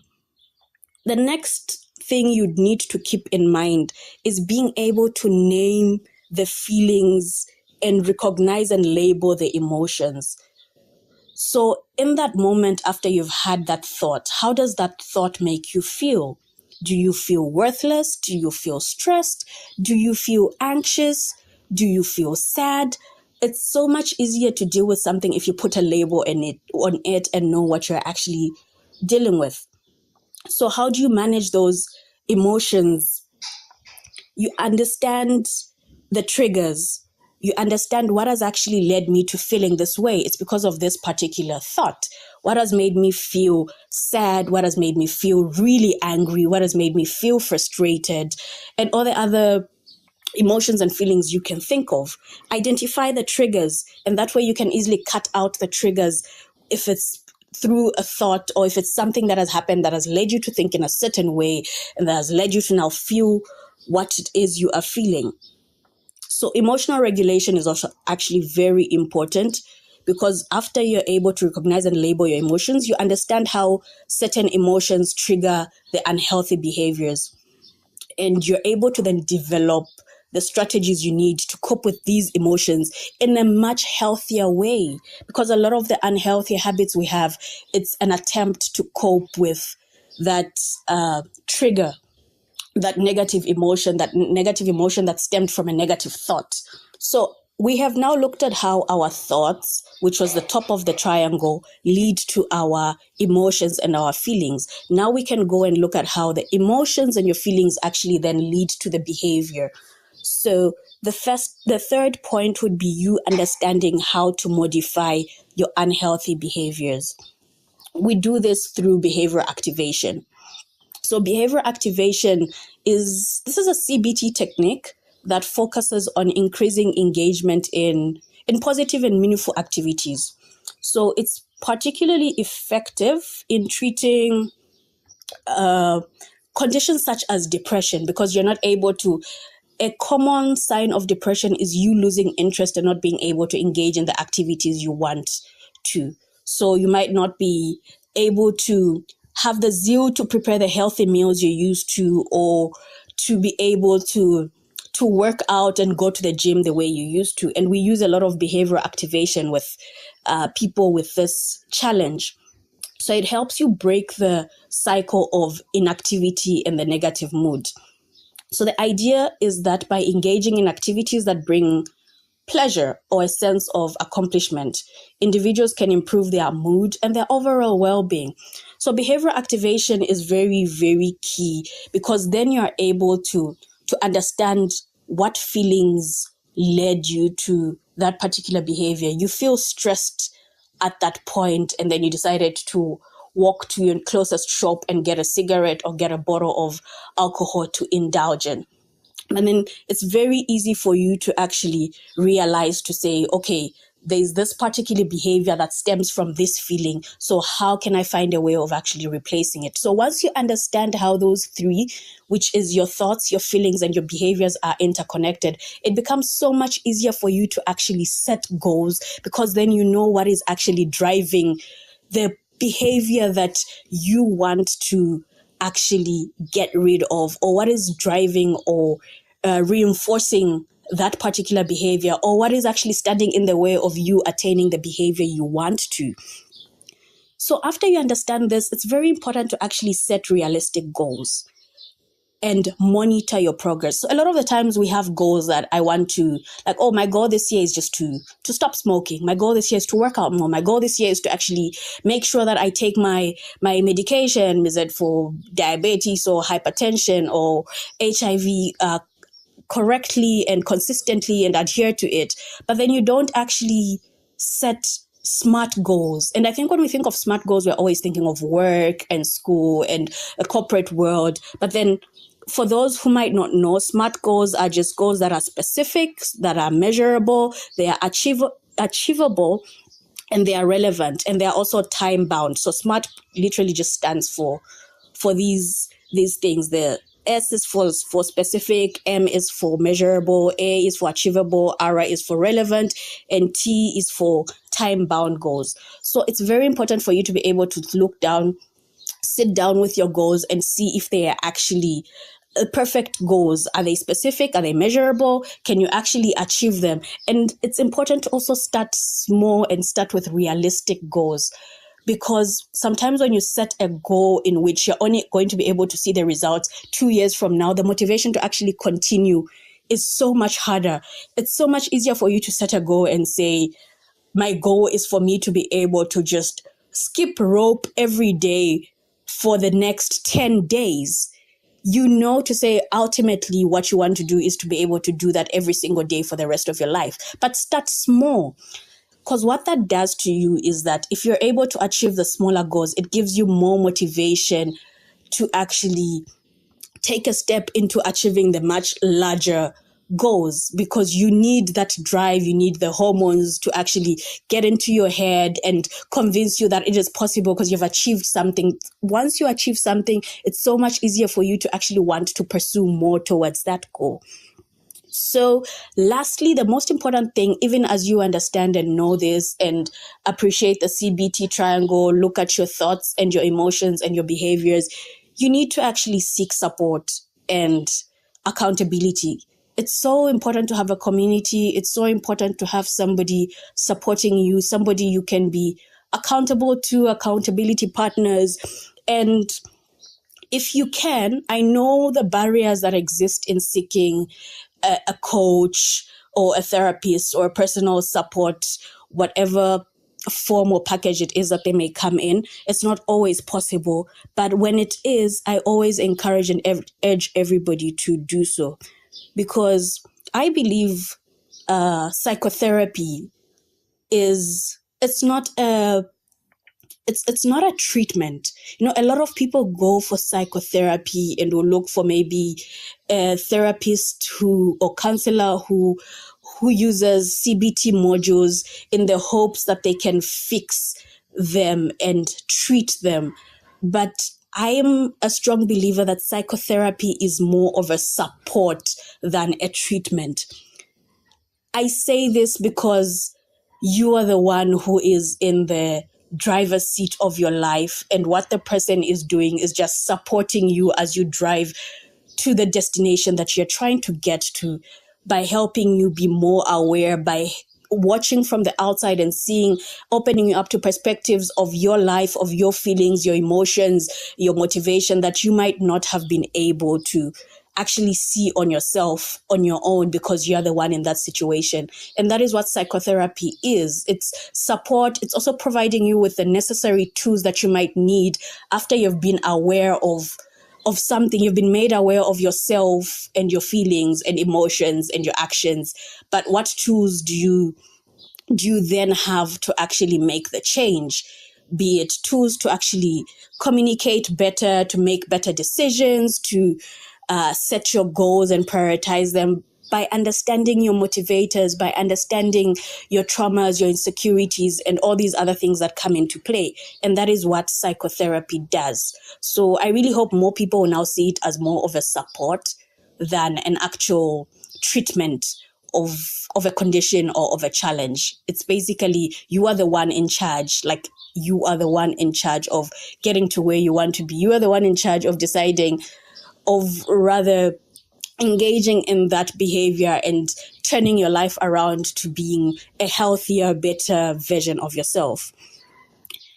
As I have really talked about this so much, I just want to end by saying, remember that change takes a lot of time and effort, but with the right strategies and the right support, it's entirely achievable.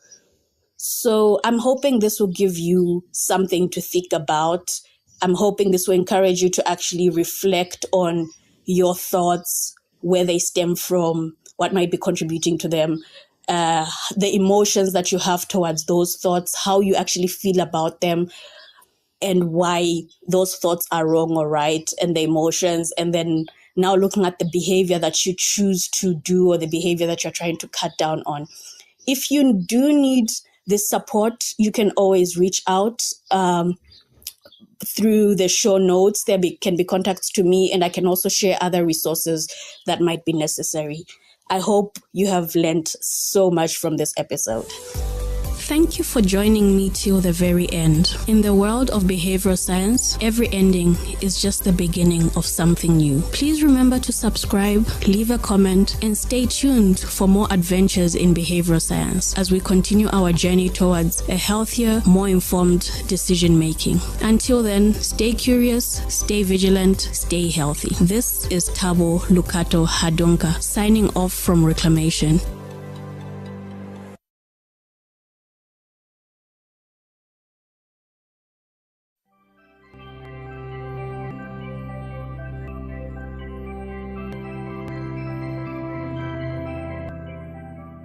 When I was making, I didn't sit down and say, okay, I'm going to do. I was just trying things. So after I tried the weight products, after I tried different things, I was like, okay, why don't I try things that are going to help improve my mental health as well as my physical health?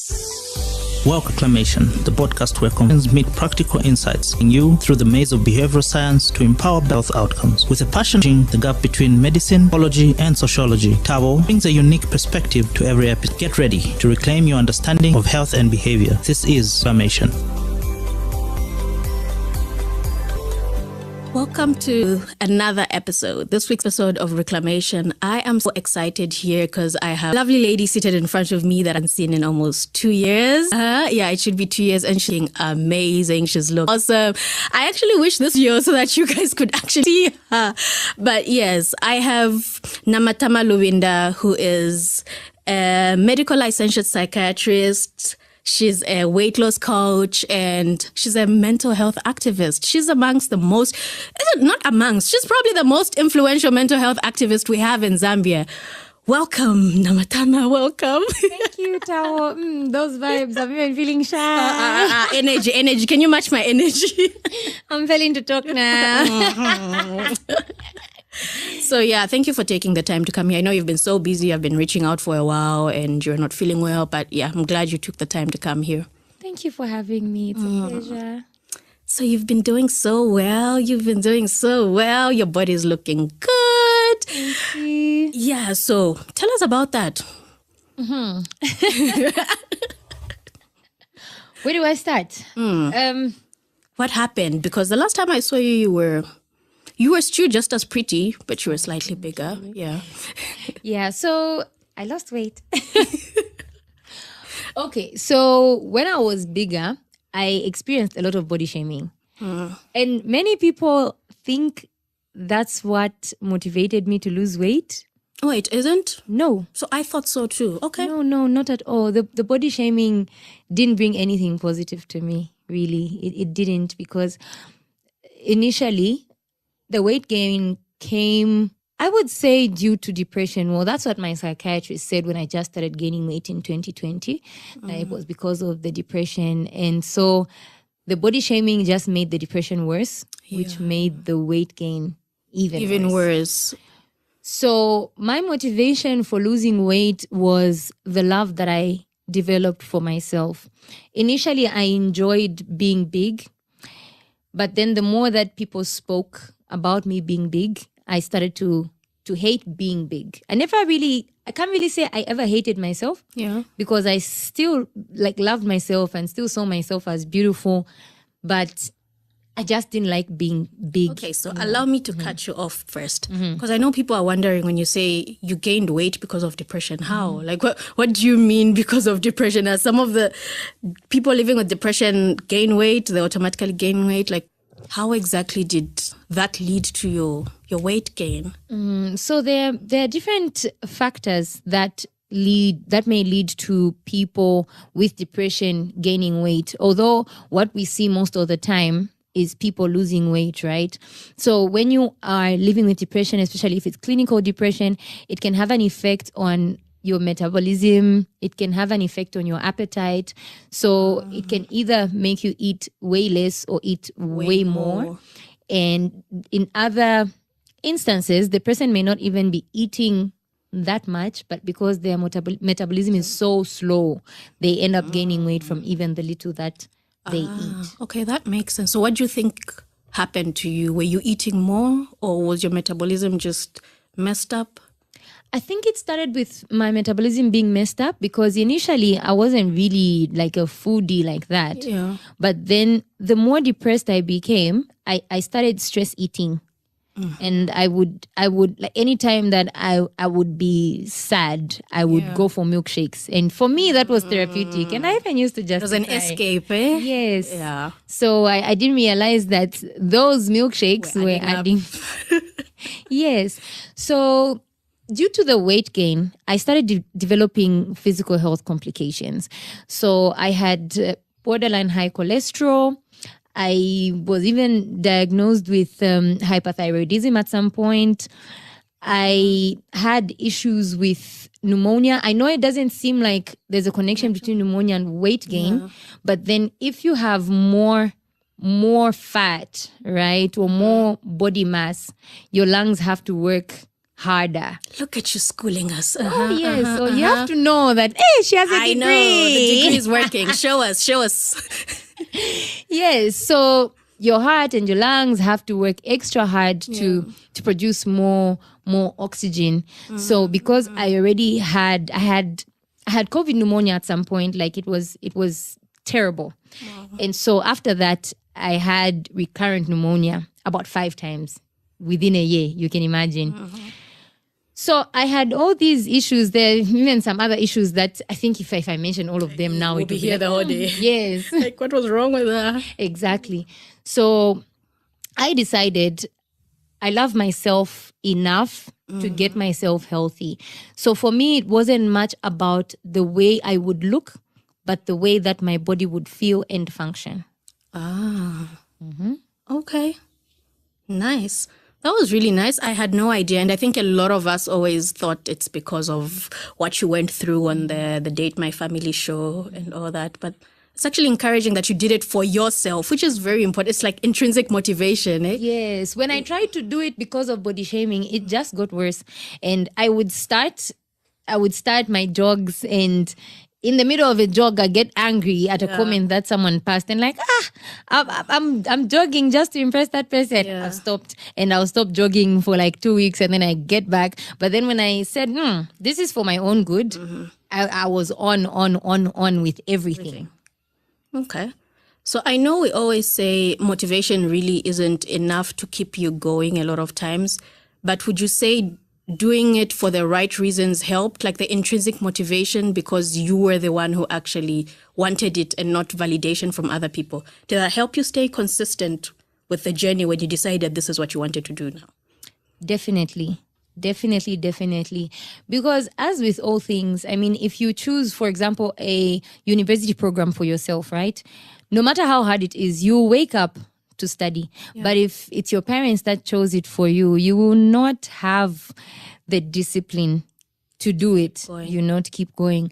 But then because I did it for myself, I actually enjoyed the process, and I'm still enjoying the process. I'm still making the summer body. You ain't like, seen I nothing thought we've yet. reached. No. Okay. Yeah. Megan Thee Stallion vibes.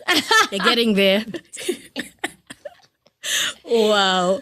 Okay, that's actually interesting to hear. But what other ways have you managed to stay consistent, especially because you were still dealing with your mental challenges, your mental illness, you still had your depression that you had to live with. So how have you managed to stay consistent? How did you manage to stay consistent? How much have you lost? I don't remember the last time I checked my weight, but the last time I checked my weight, I think that was like a month ago, I was at 60 kgs and my starting weight was 87. Over 20 kgs? Yes. Okay, so you need to tell us. So how did you stay? Kgs. Yeah. So how did you actually stay consistent even when, because I know when you're living with depression, sometimes you just do not feel like engaging in any activity, even if you actually know the benefit and understand it. That's why I always keep repeating and saying today, it's one thing to know, but it's like the gap between the knowledge and the action. How are you making sure? Because I know you needed to do a lot of lifestyle modification with the working out, the diet. How did you go about that whilst you managing your depression?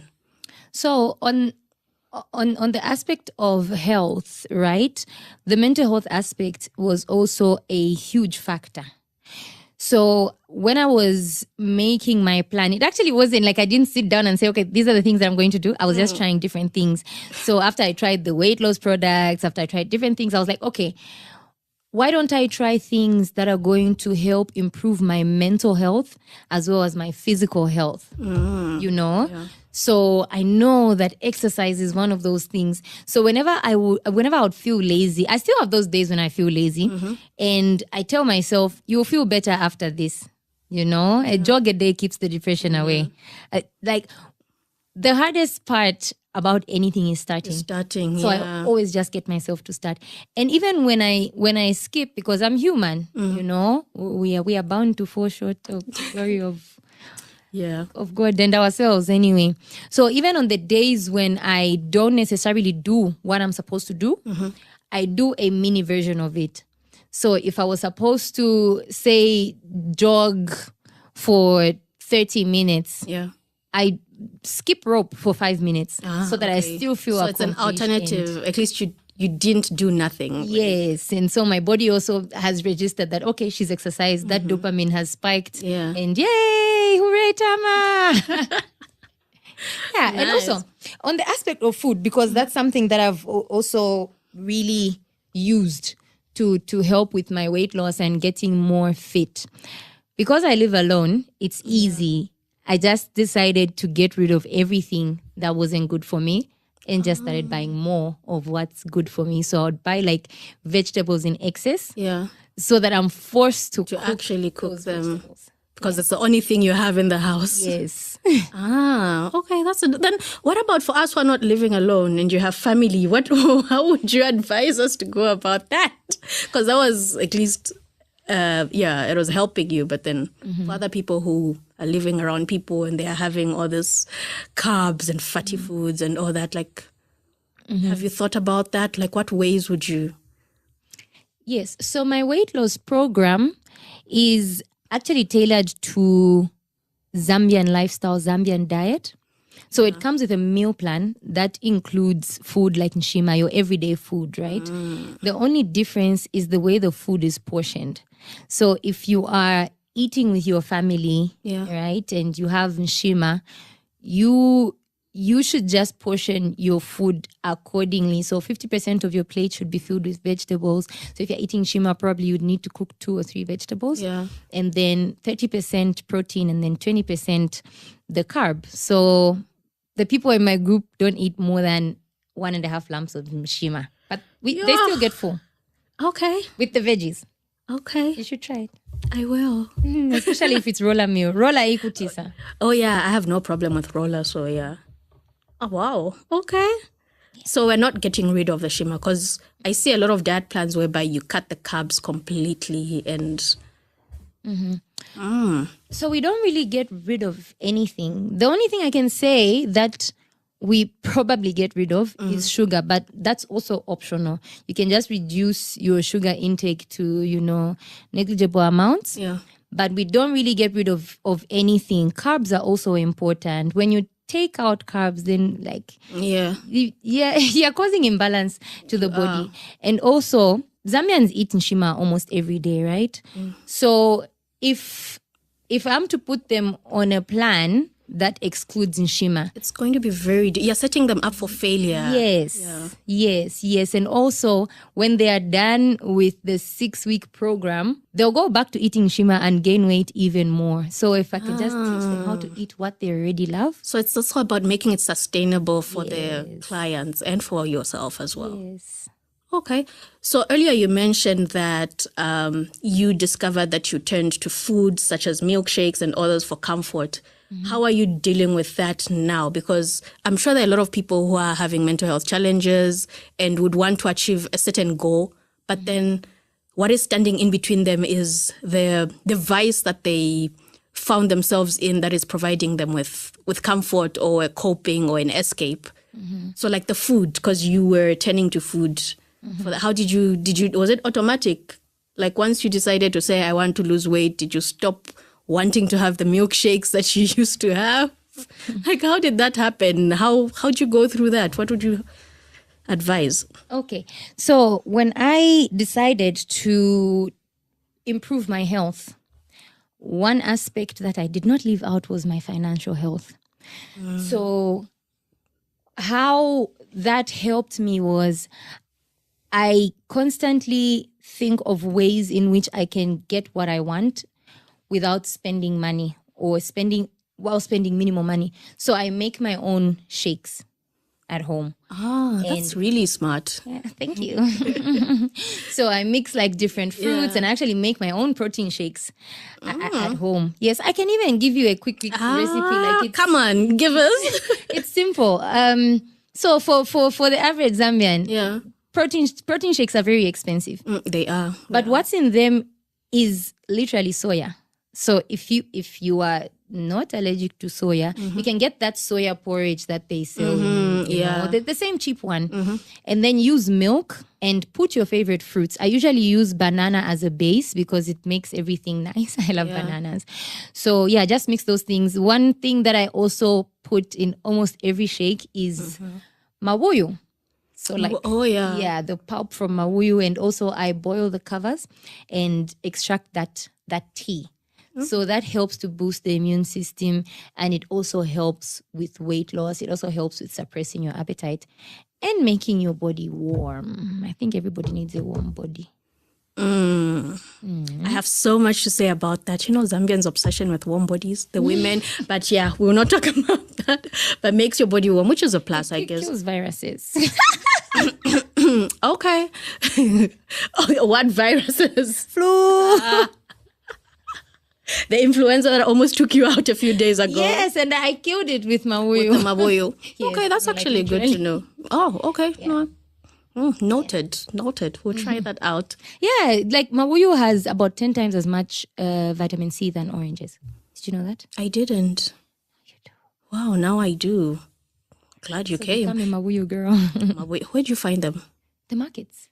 They are there? Okay, I think it's because I'm never looking for them. Yeah. So, Yeah, but they're all over in the markets. Yeah. Okay. So, with your combined experience of actually wanting to lose... Okay, no. Actually, before we go there, after you have managed to lose weight, would you say you've reached your goal? Was this the ultimate goal? Like, when you were beginning this journey, what was your vision of the end looking like? I think I've actually gone beyond my goal because... Wow. Yeah, initially my goal was 65 kgs because that's what seemed healthy for my BMI and whatnot. Yeah. But then now I'm at 60 and I didn't expect myself to be this happy. I knew that I would be happy, but I've never been this happy in my life. Like I'm living my best life and wondering like, so there are people who are happy like this. Jesus. Because also, it's also been a spiritual journey. Initially, I would try to lose weight on my own. And there was, at some point, I just gave up and said, Jesus, I know you care about my feelings. So please help me to get healthy. I know that, you are Jehovah Rapha, you are the healer. So even when I feel like I can't do it, please, you help me do it, So through this journey, I've also really gotten closer to God, especially because most of the people around me were body shamers. Like even the people that I thought I could run to were just not there. So it was an issue of, okay, it's just me and God, because even when I would say, guys, you see me next year, you won't be able to touch me. So, Paul be like, now, but they're the same ones who are now green. Can I take you out for lunch? No, I am on a weight loss program. Yeah, speaking of that, how do you navigate that? Because it's easy when you have control over your environment at home, but then like dates, how are you making your orders of food? Because these are things that are around us and you've set a goal that you want to do this. At home, it's all good because you're in control. But then there are times where you go out, maybe you even visit another town for a weekend or the whole week. And how do you go about that when you're forced to actually have to order food and not be the one to prepare it? It all goes down to portioning. So if I go to a restaurant, I'll order a huge salad and a normal meal on the side. So because I know I can't tell them, give me half of the chicken and stuff. So I just portion it like that. So usually for me, one meal turns out to be 2 meals because of the portion of the salad. By the time I'm getting to the other things, I'm already kind of full. Nice. That's actually interesting to hear, because I remember someone saying, like, expensive and fancy hotels, when they have buffets, they usually start with the salads deliberately, as compared to the cheaper places, which would start with the actual carbs and the proteins. So it's like they start with the salads as you're going to serve. I don't know if you've observed it. I'm not sure. I've observed it twice. Like after I heard it, I'm like, okay, yeah, the more posh places do that. So it's like you're already full with your plate is already full. So it's kind of working on your mind because you started with the salads before you got to find out what is there. And then you're now adding. So yeah, I guess that kind of helps in a way. So, and it's almost in line with what you're saying of having the bigger salads.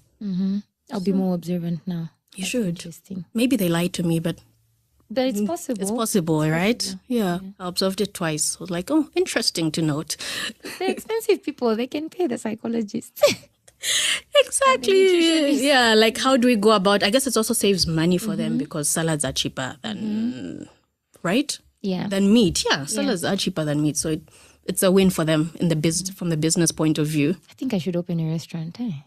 You have so many. You get an idea every single time people have conversation with you. Yes. It is. So looking at how you've been able to do your weight loss as a coach, you've managed to actually lose weight. You said you've gone you've gone beyond what you actually envisioned. And I'm wondering, have you learned anything during this process that helps you with staying consistent in other avenues, other ways of your life besides just the actual weight loss journey or the dieting and the exercise? Are there other ways that what you have learned you've been able to apply in your many other hats you wear? I know you wear so many hats. You were a counselor. So the consistency. I'm wondering if there are any transferable skills or insights you've gotten. The biggest lessons that I have learned through my weight loss journey are financial lessons. Through my weight loss journey, I have found myself, I don't know if I can say making or multiplying more money. I'm able to save more money. I'm able to invest my money in, places that like long-term investments, short-term investments. Before, I wasn't the best person with money. I didn't really believe, I used to save, but just like, no more saving, piggy bank, 1 to 100 day challenges. But from seeing how my efforts with weight loss have compounded and given me results, I've been able to to understand the principle of compounding. I used to have difficulties understanding money. That was the most difficult topic for me. For a lot of us, actually. Yeah. So now, because I have weight loss and fitness to look at, like, oh, I started from here with all these issues and all this weight, but because I've been taking 30 minutes to jog, those 30 minutes probably don't even feel like a lot, but at the end of it, I'm seeing the results. So that made me start saving. Like, okay, if I save even just a small amount of money every day, so I cultivated a habit of saving every single day. And through that, I've been able to do things that I'm like, me? Yeah, like, how did I do that? Even you are shocked. Things. Yeah, a big person now, clearly. Oh, I'm not ready. Big people. That's really nice to know. That's really nice to know. Any other insights you have for us? Anything else? Anything you wish I had asked in this conversation that is important that you think somebody listening would benefit from? You can only get better when you start to love yourself. And when I talk about self-love, I'm not talking about going to the spa or having a skincare routine. I'm talking about loving yourself enough to be disciplined. Discipline is also a form of self-love because you are investing in your future self. So with all things, you have to love yourself where you are now. So I started to love myself at 87 kgs. Yeah. And told myself I'm going to get this I love this 87 kg body and I'm going to get it to 65 because I love it. And because I love it, I'm going to stress it until it does what I want it to do. Wow. So yeah, love yourself enough to put yourself through pain that's going to pay off later. Wow. That's actually that's so wise. I feel like I've just, hey guys. You're powerful, Wisdom will kill me one day. It will. It actually will. I was thinking of asking something and it's just, I've lost my train of thought. Your wisdom just confused me. I swear your wisdom confused me. I hope you're going to cut that out. Like, I really had something in mind. Anyway, how many more minutes? Okay, so that's very, very insightful. And if somebody's out there listening to you and saying, okay, she just has so much to give and they want to tap into that, how do they get a hold of you? Okay, so my socials, Namatama Luvinda, wherever you just see Namatama, mental health, you just type in my name, something mental health will come. I don't think we are many Namatama Luvindas. Nah. Maybe the other ones are doing other things. Also, my number is 0777 003 153. So if you would like to join the weight loss, like my weight loss program is actually very affordable. And that was the point. Like I wanted to give Zambians an affordable option. We have no excuse now. Yes. So for 100 kwacha, you have unlimited coaching. You get a weight loss guide and you get a meal plan. And also you get mental health coaching.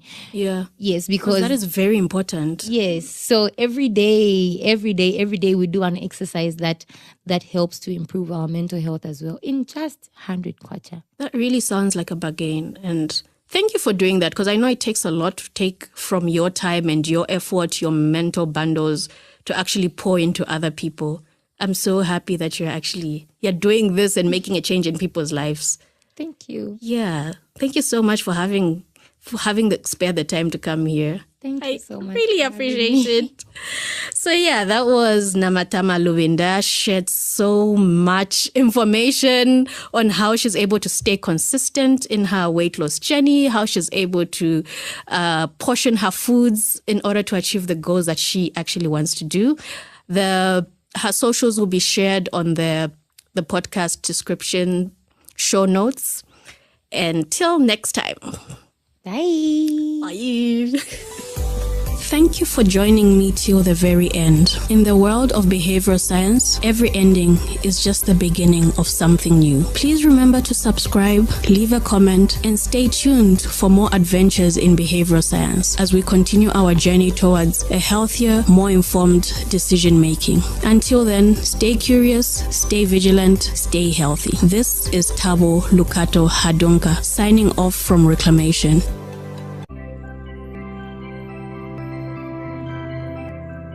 You know, up, that's when you're hearing, oh, marijuana relaxes your nerves. And then there was that movie with Wiz Khalifa and Snoop Dogg, and they were smoking weed, and they were so zen. And I was like, I want to feel that. I want to feel how they're feeling.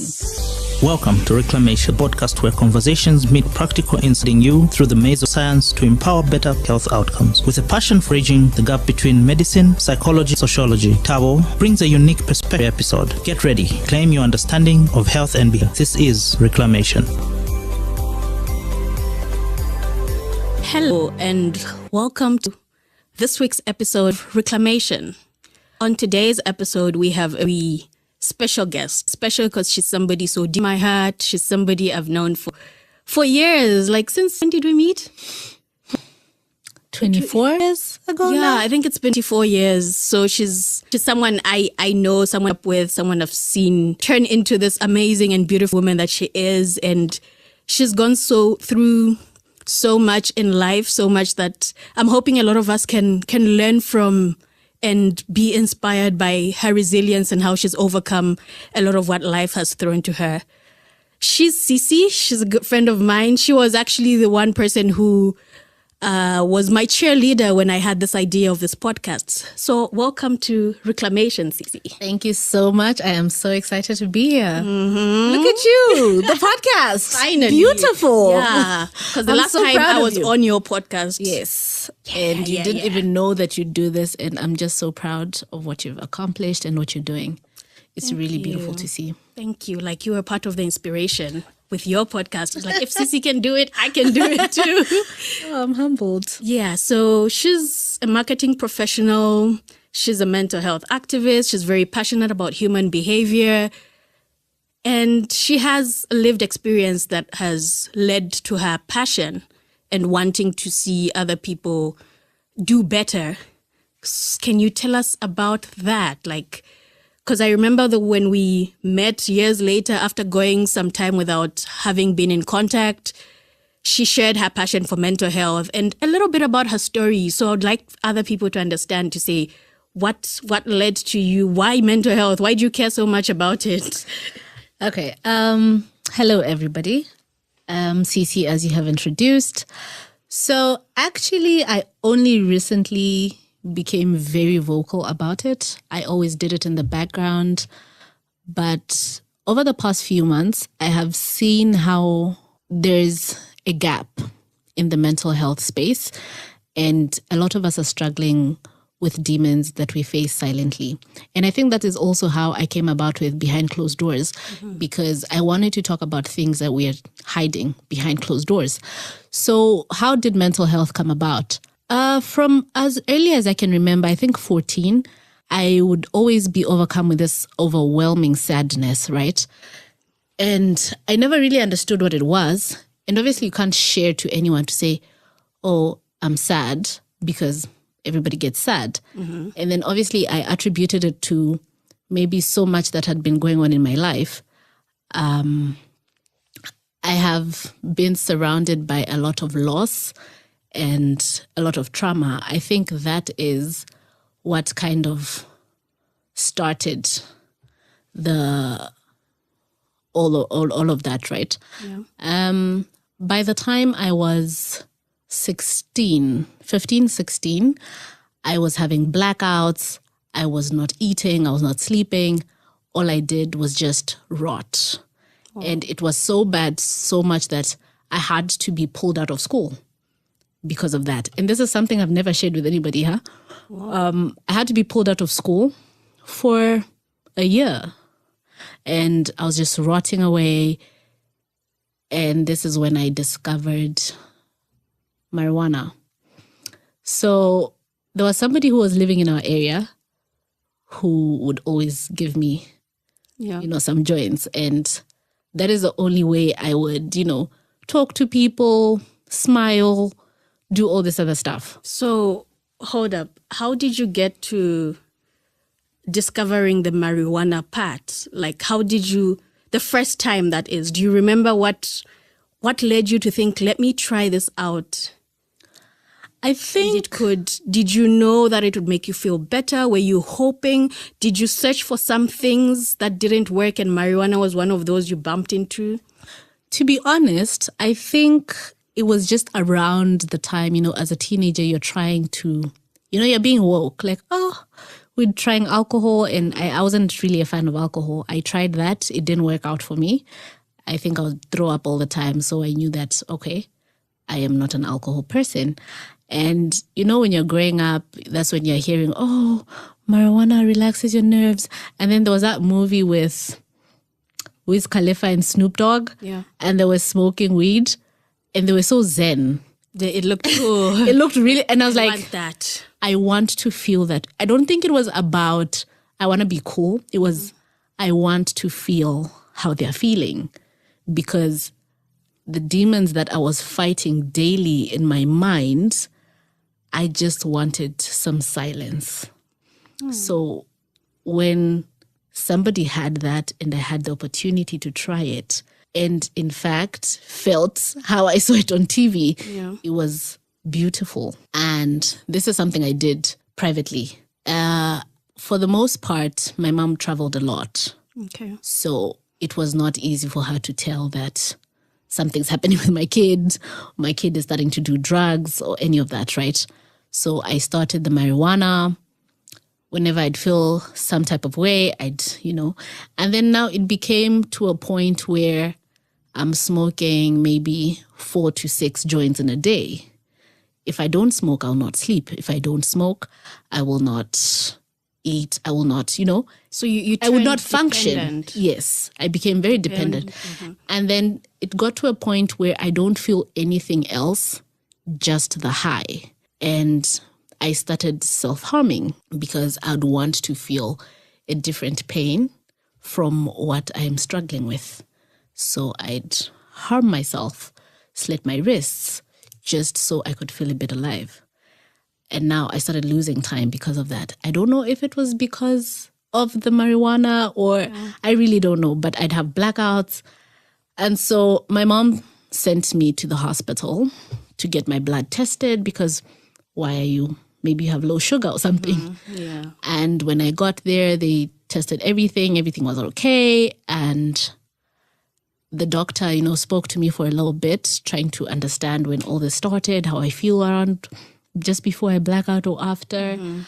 And he told me that, what, your case needs a psychiatrist because it seems you have chronic depression and anxiety.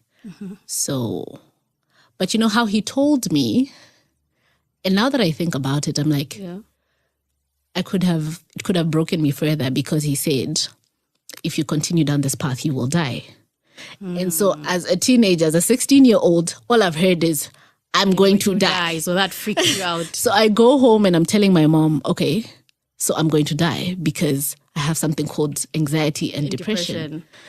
And the grace that this woman showed, I'm very thankful to this day because an African parent being told that your kid has a mental illness is really, nobody wants to have a kid. That was like 10 years, over 10 years that was ago. over 10 years ago. Nobody wants to have a kid who's broken. So, I go to the psychiatrist and they do all the assessment. And yes, that is what I have. So they're giving me all these pills, antidepressants, anti-anxiety meds, sleeping pills. Yeah. So I'm on a cocktail, right, of all these meds. And so I have to now work the meds and the marijuana because I'm still abusing that, right? And now it means it's... Your doctors know you were using? No, nobody. Till this day, till now on the podcast. This you don't know. Nobody knows. So the medication did not work. They instead numbed me. because maybe the chemistry with the marijuana, or maybe my body was not working with it. Because also you need to realize that at that time, over 10 years ago, that was trial and error.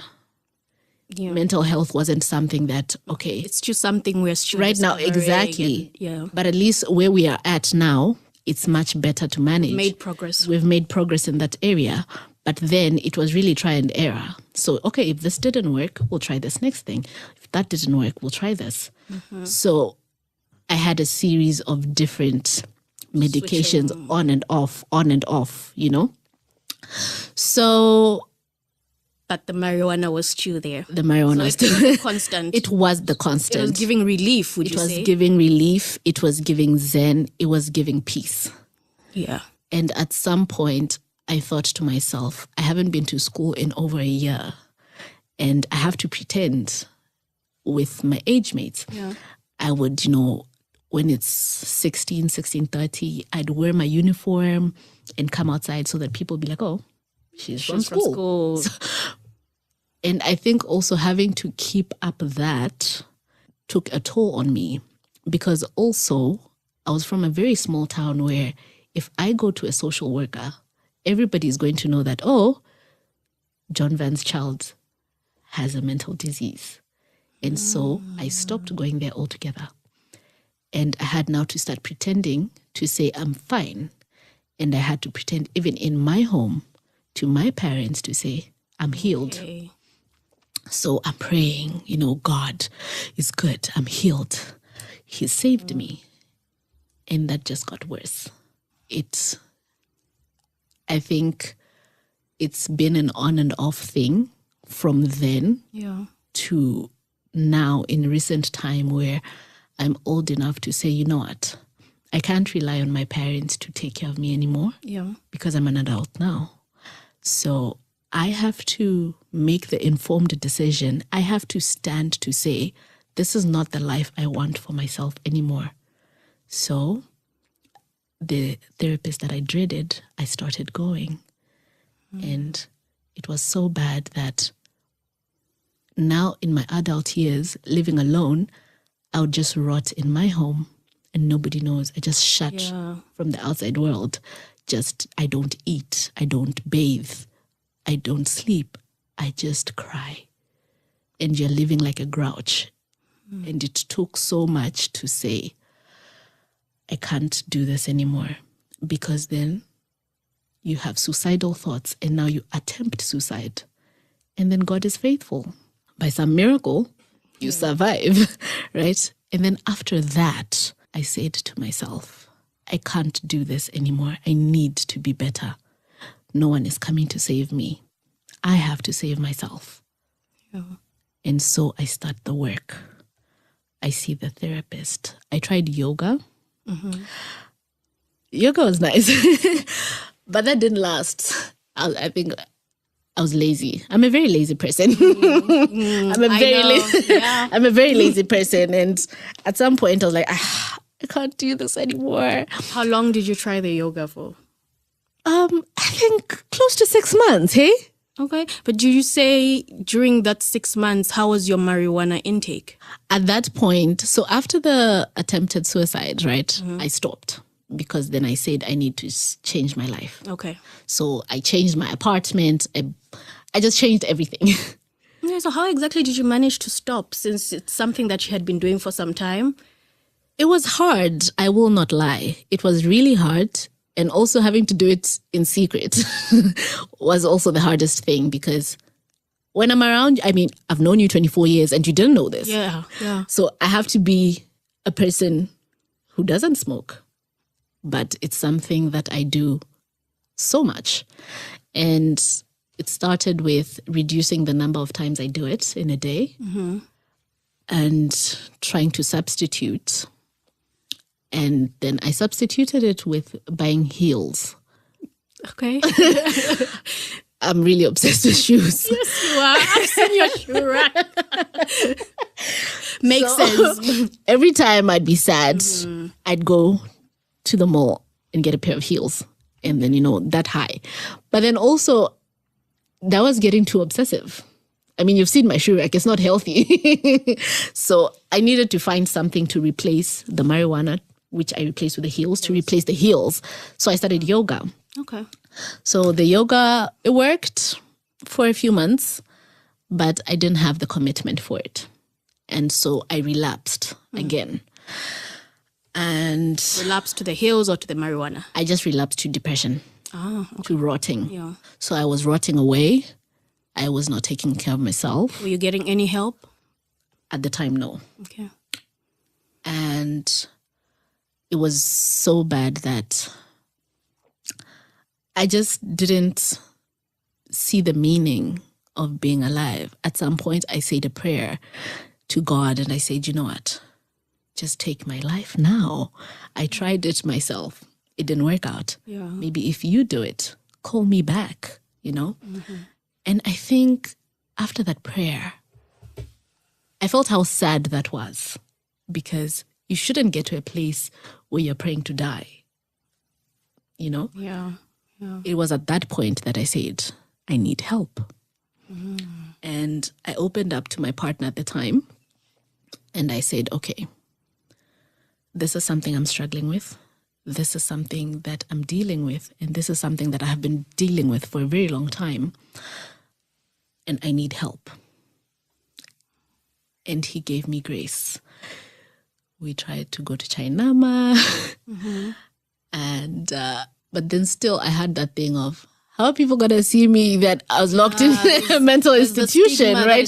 There's so much stigma around that. There's so much stigma around that. So I found a new therapist. Yeah. We started doing the work. We started the medications. And it did work. It started to work. And then because I struggled so much, I decided there could be somebody who is walking this path that I'm walking. Let me speak about it. And that is how I began to speak about mental health. But then in a third person. Yeah. I spoke about it in the third person. I started the podcast. Yeah. And we had all these guests talking about different things. And eventually, I think one time, you and I actually had a conversation. And you're telling me that, you know, Cece, you need to own your story. And you're telling me a story about you. Oh, yeah. We're actually having a podcast about you. Yeah. And you're like, you need to own your story because then nobody can use it against you. And then I was just like, you know what? I'm going to own my story. And I went on social media and just posted and said, okay, I'm dealing with this. I saw that. It was just so beautiful and inspiring. I saw African Woman post about it on her blog. And I'm like... I was so humbled and also really grateful for the grace and support that I got from my different communities, friends, and my partner who also had been very supportive throughout the journey. And now I'm trying to be a person that other people can see and say, okay, that person has suffered, is still suffering, is still struggling, because unfortunately it doesn't end. Yeah. It never goes away. But if we can have all these little things that help us slowly do better, live with it, and, you know our triggers and all that, for me, it's a plus. Even if it's just one person who I impact, for me, it's a plus. Wow. That's so inspiring. It's a beautiful story. I hate that you had to go through that, and I'm sorry you had to go through that, but I like how you have managed to get into the battlefield and fight and try to make a change in other people's life. And I've just realized just how a lot of the times we see people, young people, indulging in unhealthy habits. We see people indulging in alcohol, in smoking, the marijuana, tobacco, and different other vices. And we look at it from the outside and we judge. And it doesn't make sense for us because we look at them and we're wondering to say, but they know the effects of what they are doing, but why aren't they actually stopping? Like, for us, it's a button. We think it's a button that you can just snap and then the person should automatically snap out of it and stop. So it really just shows you sharing your story shows how there's just so much that influences our behavior and our choice. And I'm looking at how you chose to indulge in marijuana at the time because you needed something. You desperately needed something, and that's what was available. And you did that for years and it helped you. So I'm wondering, do you have anything you would say to like maybe a parent or family or friends who are looking at somebody indulging in something like marijuana or any unhealthy vice? You know, what you said is actually very true, because when you're looking from the outside, you don't know what a person is going through. Sometimes, quite all right, it's for, this is the wave now. Yeah. Everybody's doing it, so let me do it as well. But then sometimes there's something deeper. And the problem is people, before you understand, you judge first, right? Yeah. And you'd be so quick to say, this is so bad for your health. Hey, you're going to die. Yeah. You know, all that stuff. Yeah. And I think I have gotten to a place where I meet people with grace because I don't know what demons you're facing, what demons you're battling with. And I think we need to find ways to sensitize people without stigmatizing them. And I think this would play well with the behavioral science, because in the behavioral science, you have habits that counter the vices, right? In a way that is graceful, where you don't have to make a person feel bad than they already do. Yeah. Because when I stopped cutting myself, when I stopped self-harming, I then had to walk around with a rubber band my therapist told me that instead of literally making yourself bleed, maybe try to... So it snaps and... Exactly. So it's not the best thing, but it's the next best thing. Yeah, yeah. You see?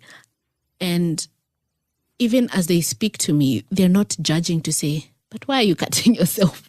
You're a big person. Yeah. Don't do that, you know, because you never know what someone is struggling with. But if we could find... And I think also it starts with people being open with these conversations. Yeah. It starts with these conversations, which are so uncomfortable, being had. And I'm so proud of you for sharing and starting this conversation with your story.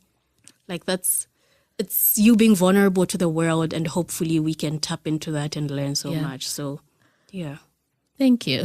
We're on the right path, I guess. Yes, I think we're starting to get there. And I've seen that there's a lot of people now who are advocating for mental health.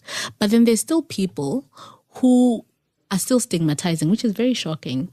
But then also I have come to realize that people hide what's inside by, mocking other things.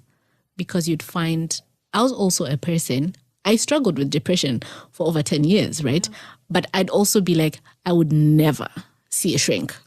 Yeah, because I get that. It cost me zero to say, it is what it is, right? It's the same thing with even Chainama. Like, people know to say, yeah, you can see a therapist there. But then the thought of, okay, I drop off and I walk to Chainama. How is everybody going to... That's the thing. So I had to stop being a hypocrite first. So all of us have to stop being hypocrites first if we want to see the change, because we can't see change if we're not doing something ourselves. Yeah. You know that thing I'm starting with the man in the mirror? You can't tell your neighbor before you fix yourself. Yeah. So if we're not having these conversations, if we're not spreading the awareness, if we're not educating people, because other people genuinely just don't understand. True. Others, it's really just... negligence, you know what I mean? So if we're not starting these conversations, educating people, spreading awareness, then we're not going anywhere. Wow. This has been a lovely conversation. It's just, I'm hoping even for the listeners, they realize just how much a lot of our emotions, a lot of things unseen really play a role in what we see on the outside, the behaviors we look at and judge, and the behaviors, the people we call junkies. Yeah. There's just so much more, and sometimes it's not just about the educating of the people, as I always say, to say you can't really keep telling somebody to say this is bad, because the help they need might not be them knowing the negative of what they're indulging in, but it might be much deeper than that. So I'm happy you brought this. It's been an insightful conversation. It's lovely. Thank you so much for sharing this story on Reclamation. Thank you so much for having me here. Yeah, so any last words? It's funny because I tell other people that, and then now you're like, what am I I think meet people with grace. Mm-hmm. Because you never know what people are dealing with and what people are constantly having to battle with. So no matter how you feel you would have acted differently in a situation, meet people with grace. Wow. That's powerful. That's lovely. She says meet people with grace. I hope this week we will try to look at the people we've been looking at and judging and try to extend some grace towards them, even as we form a picture of who we think they are or might be. That's a very powerful thing. Thank you so much for that, Chonga. Thank you so much, I'm so happy Cici. for being here. Thank you so much. Yeah. So that was Cici. She shared her story of how mental health affected her behavior, how she ended up taking marijuana, and how that was an escape from the depression that she was living with and that she has been living with. And it's been a very insightful conversation. And I think it leaves us with so much to reflect on. So much. We all have people who have behaviors we don't really understand. We're trying to make sense of. We probably even shout at them and judge them for that and don't understand why they're doing it. But maybe this is the time to question if there might be some hidden force behind why they are doing what they are doing.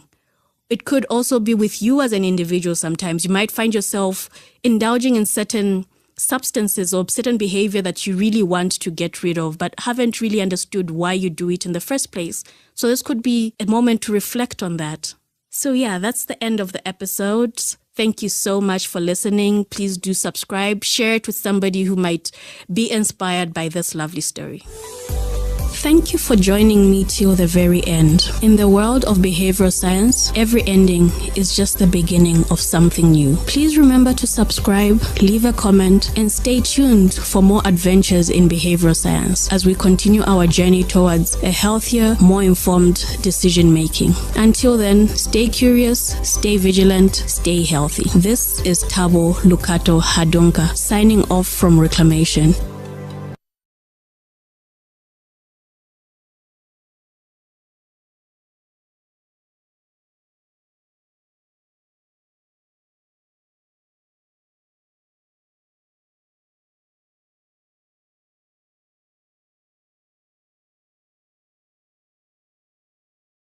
Outdoor experiences, and this is based off of experience and seeing the impact as well it's had on my clients. I actually tend to prefer outdoors because, like I said, there's the sun, there's the trees, the fresh air. I've seen that the overall benefits for outdoor Pilates is actually pretty good because you're incorporating the vitamin D, for instance.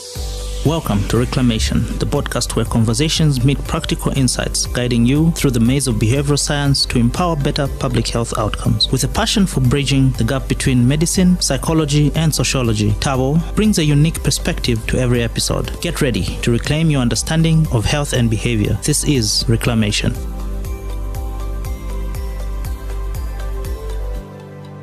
Welcome to another episode of Reclamation. So I'm actually excited today because we have our very first guest on the show. Today we have a special guest who has made a remarkable transition from the legal world to the wellness industry. Hey, so please welcome Mulenga Kapotre, a former lawyer who now runs a successful Pilates class in Zambia. Welcome to the show, Mulenga. Thank you so much. I'm so happy to be here. I'm excited to get into nice chats about wellness and Pilates. I'm so happy you are here because, I've been reaching out to you since, what was it, last month, 2 months ago? Maybe 2 months. Yeah, you were relentless, but I'm so glad you were. I'm so happy you made the time to come through. I know how busy you are. No, thank you so much for having me, and hello, everybody.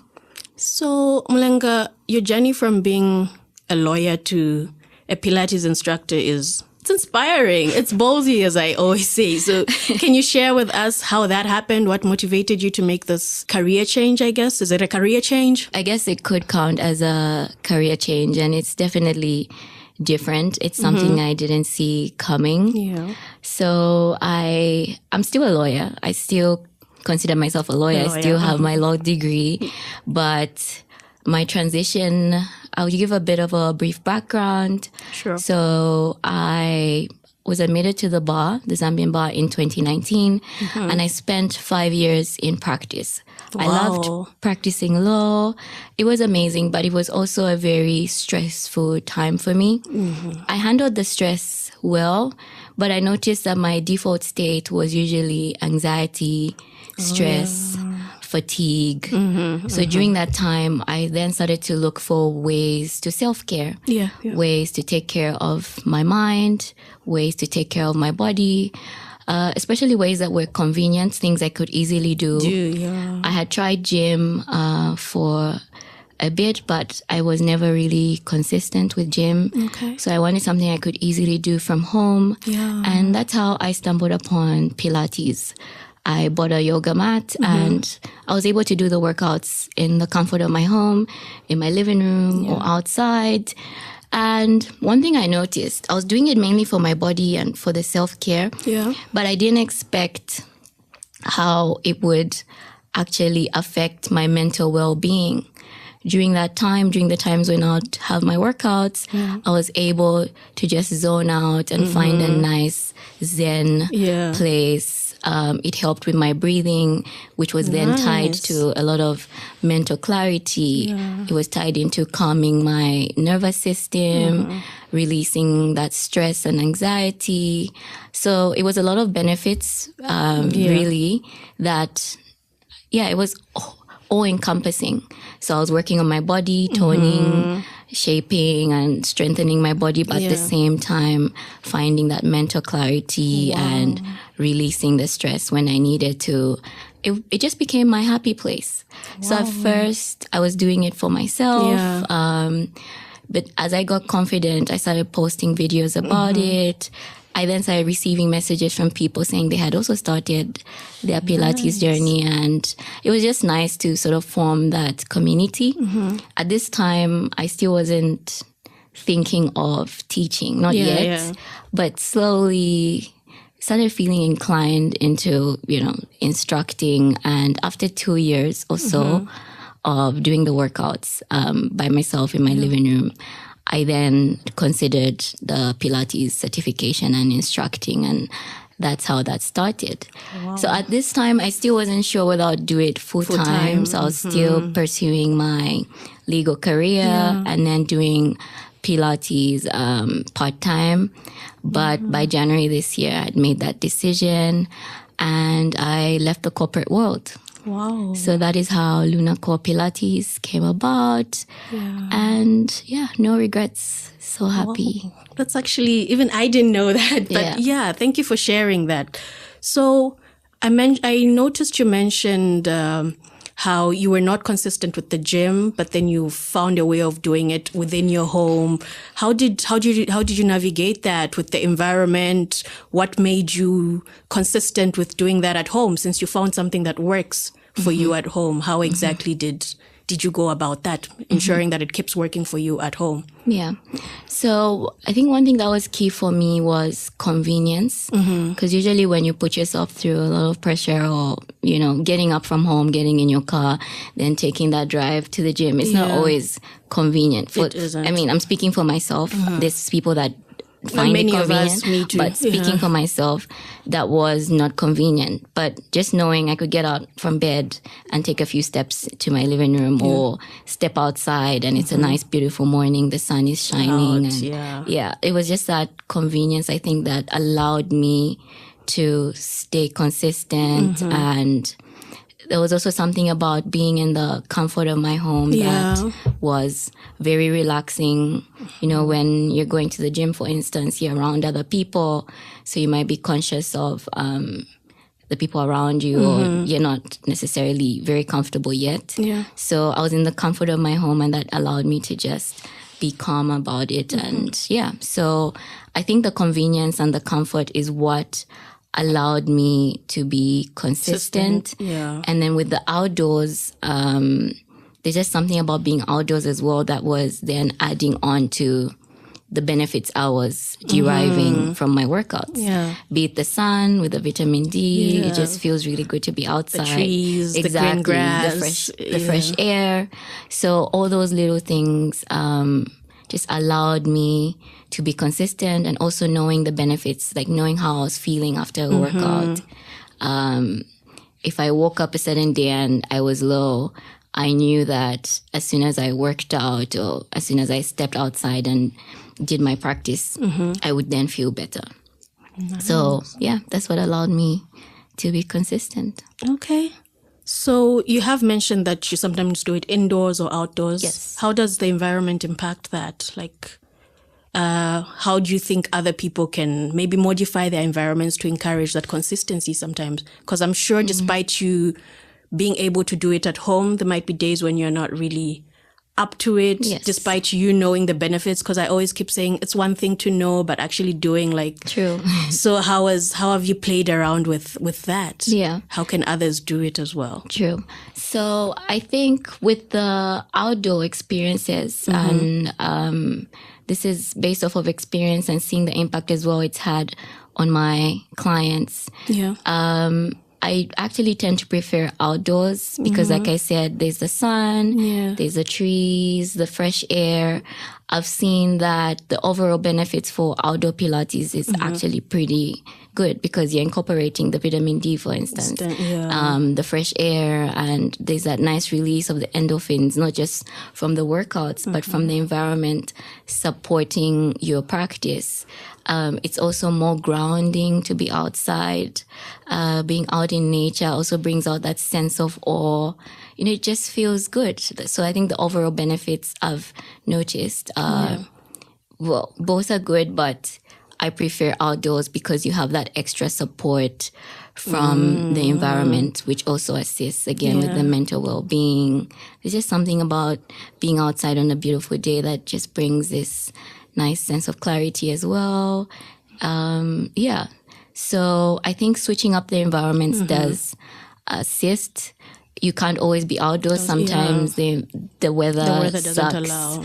or maybe you're in you live somewhere where maybe the outdoors isn't very calming, and so indoors is also good. But just switching it up every now and maybe then. coming for a Lukato Pilates class because we do it outside at Lukato Beauty Center, which is a beautiful spa, or coming for one of our retreats. That would be a nice way to just switch it up. So both are good, but I think the environment provides that extra support when you're outside. It actually does because, you know, when I actually just found you and noticed you started doing this, a lot of your videos would be you in the grass outside, and it's just looking so pretty because I'm looking on Instagram and scrolling and I'm like, oh, it looks fancy. Like it's encouraging to say, okay, maybe I should actually sign up for a class. So you're absolutely right. The environment really does help keep you in check. It does. It really does. So what are some of the benefits you've noticed from your clients? Because I know you've been running a class for some months now. Yes. Yeah. So what are some of the benefits or the testimonies you've gotten from your clients? Okay. So the testimonies have actually been quite overwhelming. Yeah. And we've recently started a series where we're recording some of our clients and they're just explaining the benefits that Pilates has had for them. I also received testimonials, which we also put on our social media. Yeah. So I'll start with the body. Obviously, it tones and strengthens your body. So I've received reviews where clients are feeling that their bodies are more toned. Yeah. Some who were pursuing a weight loss journey have been able to lose weight. Nice. Everyone is looking for different benefits, obviously. Yeah. And going onto the mind, it's been quite grounding for I was going to say most of them, but actually all of them, because it's your moment to just zone out and be mindful, taking a moment to breathe. And at the same time, you're also working out. So there's a lot of mental clarity that comes with that.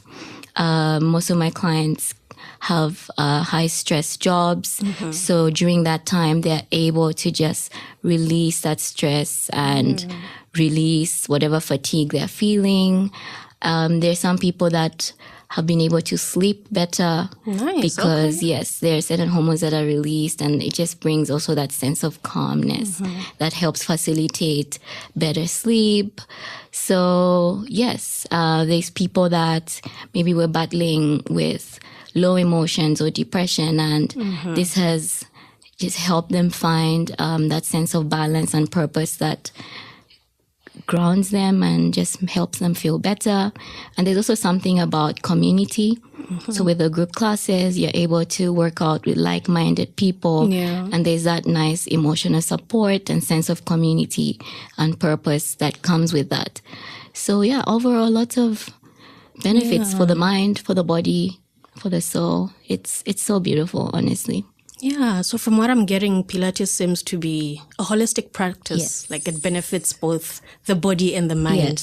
Yes, it's certainly a holistic practice. And what we do is when we're starting the sessions, we start with breathing and mindfulness. So the first 5 minutes is taking a moment to just relaxing your body, relaxing your mind, breathing, which is really, really good as well to get your body ready for the session, but also to ensure your mind is fully present in the moment. Our minds love to multitask. We're either dwelling in the past or planning ahead, worrying and anxious. We're in the future already. So during those first 5 minutes, we want to ensure everyone's just in the present moment. We then have the session. And at the end, again, some breathing, and we finish off with gratitude and self-love, which is another 5-minute practice where you're just taking a moment to focus on what you're grateful for that particular day, and also finishing off with some self-love, saying something kind and loving to yourself. And that is so good for the mind as well. Wow. You know, especially with the self-love one, saying something kind and loving to yourself. Our minds are usually so quick to self-criticize, or we beat ourselves down, or we're always waiting for other people to show us love. But in that moment, you're taking that power back, which is so good for your mental well-being as well. So it's definitely a holistic practice. Okay. Okay. That's good to know. But I'm guessing for you to be able to actually see the benefits, you would have to be quite consistent. Yes. Like, are there any tips you give to your clients that you'd like to share, one or two, or how you stay consistent? Because do you set an alarm? Do you do it every day? Do you have times of the days when you do it and prefer other times? Like, how do you make sure? Because I know you wear so many hats because you're also doing tennis now. Yes. So it's like, how do you balance all that, making sure you stay consistent with your Pilates while also doing everything else in your life? Yeah. Okay, so I'll speak for myself first and then go into the clients. So before, when I was juggling my job and the Pilates, not necessarily, I wasn't teaching yet, but when I was just doing the classes and practicing, the best time for me was after work. In the evenings, I would get home, change from my work clothes and immediately go into my workout clothes and just find a class. So that day, if I was not in the mood to really work out, I'd find the shortest class on YouTube. And, you know, it was better than doing nothing at all. So I'd find maybe a 15-minute class and work out, and I would immediately feel better. So keeping that feeling in mind, even on the days when you're not in the mood, really does help. Of course, there were days when I felt that way and I just fell off the wagon. But again, even when you fall off, showing yourself that grace, taking a moment, and then getting back on. So evenings were the best times for me. On weekends, I would then do it in the mornings. Yes. And then now that I no longer have my 9 to 5, now that I'm teaching, actually, it's been a bit hard to set time just to practice and not necessarily setting time to set the classes. Because now it's like I'm constantly working out. So when I'm doing it with the clients, I feel like I'm working out. But I'm now trying to be intentional about actually scheduling like a full class for myself, not necessarily setting a class or writing down my flows. I want to set time for myself to just do a full Pilates session. So for me, that now looks like doing it at least 3 times a week. Okay. Which feels like a lot because, again, when I'm doing it with the clients, it's a workout altogether. But I think I'll manage, and I'll get back to you guys on that one. But in terms of juggling, like you said, I'm also doing tennis, which helps me stay fit. I've signed up with an academy, so that helps me stay consistent, knowing that I will do tennis, let's say, every Wednesday. And there's a coach too. You do tennis once a week? Yes, once a week for now. Once a week. I'm hoping to make it 2. But I have a coach or coaches under the academy. It's called Atlas that help me stay consistent. So I think having a coach and having, again, like if you come for Lukato Pilates, I'll be there to help keep you accountable. So having someone that keeps you accountable is a big one. Either a friend or your instructor or coach that helps you stay consistent. So that's with me. And with my clients as well, I come in to help them stay consistent as their accountability partner. But I actually have to give it to my clients. They are generally just consistent even without me. Yeah. They're usually people that are very dedicated and committed to their wellness journey. I guess because the benefits are that good. Yes, because the benefits are that clear. So, wow. Yeah. I'm so inspired right now because fitness is something I have been pushing for so long. It's just so hard. And here you are talking about doing your Pilates 3 times, doing tennis and wanting to add another day. And I'm like, how does your body feel?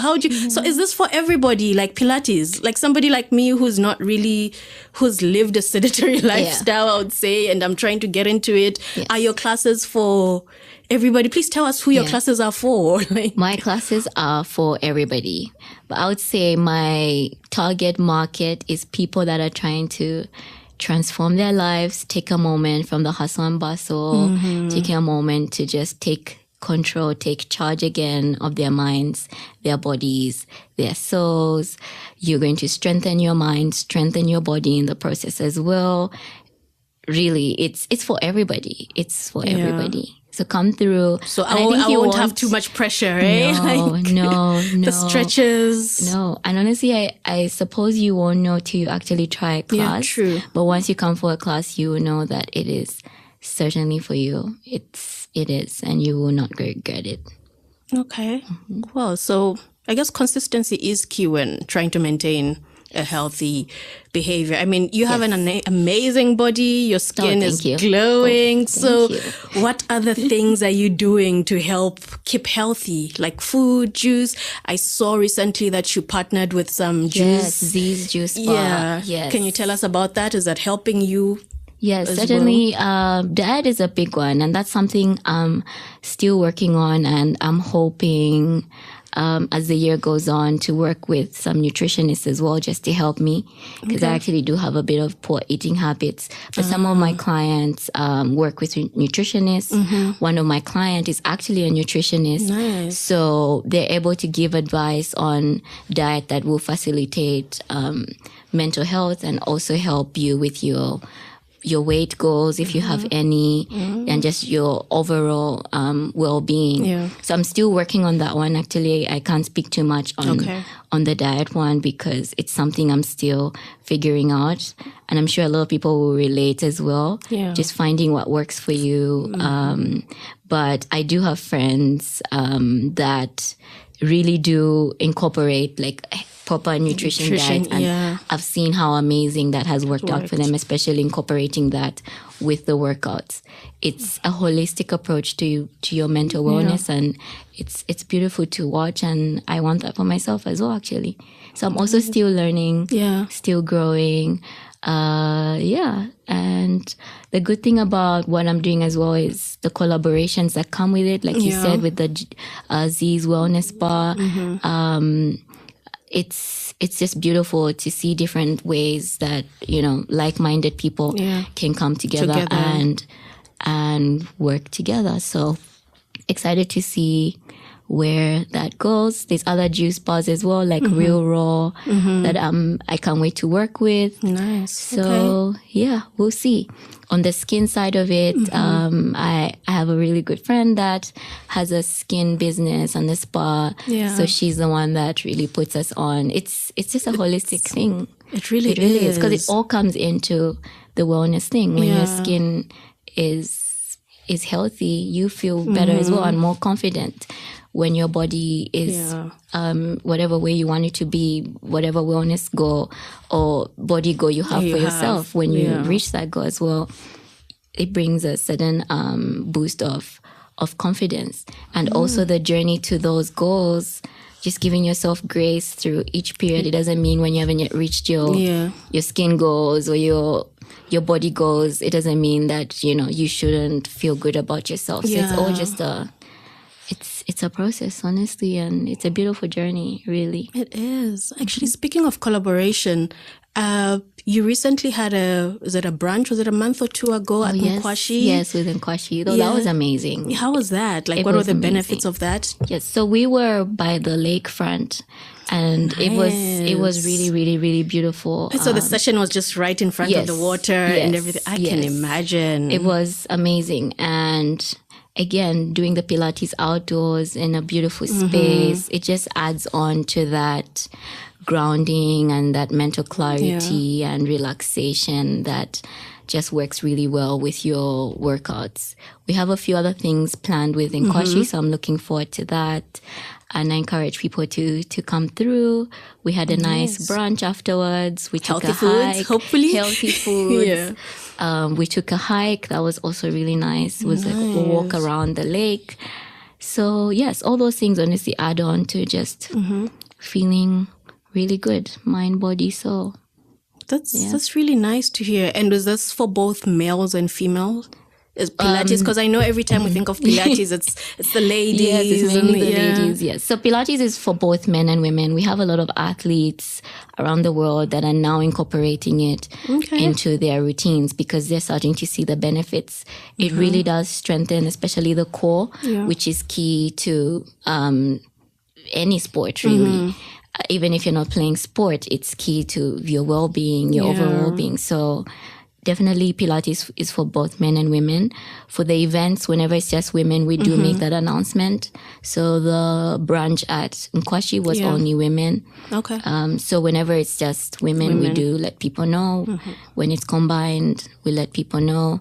And for my classes as well, there's a women's only class and there's a mixed class where men are free to come. That's beautiful to hear. You're creating a very nice space for we the women. Well, No, it's amazing. And I'm always championing women just finding their power and following their pursuits and crushing their goals, but not just, in the office or in their business, but also in their own personal lives. And something about finding that balance and grounding yourself, mind, body, soul, that also just helps boost all of those things that you have going on. And also taking a moment to just pause from the world. Yeah, from the world, taking time for yourself, It's self-care. Yeah, it is. And I think women really deserve that. They really do. We wear so many hats and it's nice to just take time for yourself, to pour into you, to take a pause from being a mom, being a sister, being all those hats that we wear. Okay. Yeah. So what do you have planned for Lunar Core Pilates? Anything coming up? Anything interesting? What's happening in the next, I think, between now and the end of the year, maybe? Oh. What should we look out for? Okay. So some are still in the works, some are surprises. But next month, you can look out for another collaboration with Nkwashi. Okay. A few months down the line as well, we have an upcoming Pilates retreat, Lake Malawi with Robin Pope Safaris. Wow. So it was supposed to be end of June, but it was postponed and we'll announce those dates as well. That as well will be beautiful by the lakefront and You mind telling me more about that? I'm curious. So what does that mean? What are people traveling for? Why should I join? Why come for a retreat? Especially if you're going to cross the border literally to another country. It's a beautiful property. I haven't been yet, but I've seen the videos and the pictures, and I've had people that have traveled there and they've given beautiful reviews. So with the Pilates retreats, we'll have workouts every mornings and some evenings, and it's an adventure retreat as well. So, there'll be fishing and kayaking and sailing on the boats. Really just being out in nature and finding that balance and inner peace, but at the same time you're working out, having chats, wellness chats with like-minded people, all encompassing. And really, that sounds really, really, really exciting. I highly recommend it. And we usually do the same things. Everyday society, we do the same thing. So why not take a moment to just try something different? And that's, I think, an exciting way to give that a really shot. Is some self-care. Like, we deserve it. Yes. Is it for women only? Which one exactly? The retreat? No, men and women. Nice. Men and women. Okay, that's good. So we'll announce the dates hopefully soon. Okay, so how do we know when you announce the dates? How do we find you? Where are your classes? Online presence? Yes, so online presence, we have an Instagram page, Luna Core Pilates. Luna Core Pilates. Yes, Luna with an R. We have a website as well, www.lunacorepilates.com, so you can learn more about Pilates, learn more about my journey, see some of our reviews as well. And yes, so website and Instagram is where you can find us. That's where the announcements will be made. And also LinkedIn. We have a LinkedIn page, Luna Core Pilates. So yes, you can search for us and join our loving community and see what else we have lined up for the rest of the year. Wow, nice. Thank you so much for sharing this. It's inspiring. And I'm sure for somebody listening, they'll be like, okay, I need to actually consider this and do it. Yeah, so is there anything else you wish I had asked? No, I think you've been amazing, actually. I think you really asked. Thank you. As the first guest, thank you. This was an amazing chat, and I'm so glad we finally did this. And it was so nice to just talk about my journey and also share the benefits of this world that I'm now in. And you're doing an amazing job. Mental wellness is a big thing, and it's something that we should all prioritize. We should. We really should. And it shows up in different ways. Be it the stress, like we've talked about, the fatigue, or, having these negative thoughts that are always taking you around in this spiral. All that is mental wellness. Like, you need to just take a moment to self-care in a healthy way. Yep. Yeah. In a healthy way. So I'm glad that you've curated this space, and I'm honored to be here. Oh, thank you so much. We could go on and on, but I'm so happy to have you here. I can't wait for this episode to air. But thank you so much for having it. So to our listeners, I hope you found this episode as inspiring and informative as I did. Remember, our environment plays a crucial role in your health behaviors, and making small changes can lead to significant improvements. So if you're in Zambia, if you're in Lusaka, be sure to check out Luna Core Pilates for classes and start your transformation journey. That's it for this week's episode. Thank you. Thank you for joining me till the very end. In the world of behavioral science, every ending is just the beginning of something new. Please remember to subscribe, leave a comment, and stay tuned for more adventures in behavioral science as we continue our journey towards a healthier, more informed decision making. Until then, stay curious, stay vigilant, stay healthy. This is Tabo Lukato Hadonka signing off from Reclamation.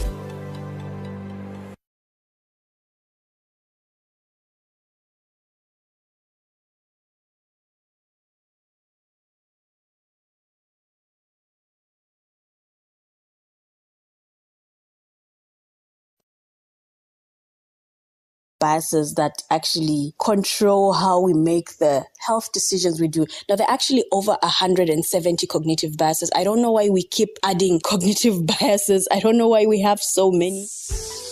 Welcome to Reclamation, the podcast where conversations meet practical insights, guiding you through the maze of behavioral science to empower better public health outcomes. With a passion for bridging the gap between medicine, psychology, and sociology, Tabo brings a unique perspective to every episode. Get ready to reclaim your understanding of health and behavior. This is Reclamation. Welcome back to Reclamation. You've made it to the third episode. Wow. So, it's actually so hard to talk so clearly and try to be fluent and try to be clear enough for people to understand what you're trying to say without them having to see you. And so it got me thinking about how I decided to start this podcast. Before starting Reclamation, I had to think about why I wanted to have the podcast. I had to think about if I was capable of actually hosting a podcast, if I had the time, if I had the energy, what I wanted to talk about, who the podcast is for.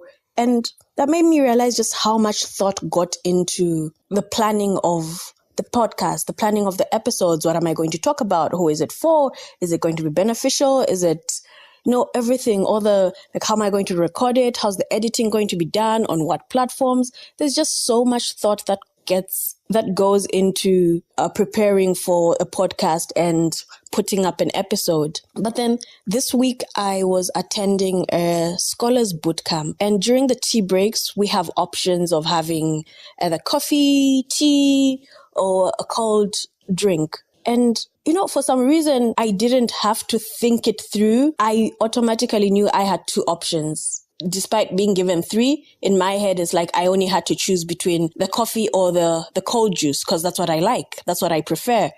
And I had just been interchanging between the two continuously throughout the days. I didn't really give it a thought. It's not something that it just happened automatically. It made me realize how there's some decisions we make that we actually have to put so much thought into looking at, why do I want to do this? How am I going to do this? But then there are other decisions in our life that we make, and it's just, we don't really give it. It's like within 30 seconds, you know what you want to do. And I guess that applies to a lot of other things, because you can't keep spending so much time on simple decisions such as what color jersey, not what color jersey you're going to wear, because we do put some thought into that, but something like what example can I think of? What example can I give? Something about the type of spoon you're going to pick from your drawer when you want to have your cereal or something. I don't think it's something a lot of us go, and stand there and weigh the pros and the cons and the what and why do I want to do this? What's going to work better? You just pick the quickest, because it's either what you do all the time or what you've seen being done by most people. And that is what we're going to talk about today. This episode is about cognitive biases. We're diving into the fascinating world of cognitive biases and their profound impact on health decisions and behaviors. When it comes to making healthy decisions, our brains play a crucial role. However, our brains are not always as rational as we think, and cognitive biases can impact our choices related to health and wellness in general. Nothing is more important to a human than health and well-being, yet certain cognitive and other cultural biases can impede the access to life-saving health and behavior interventions that we choose for ourselves.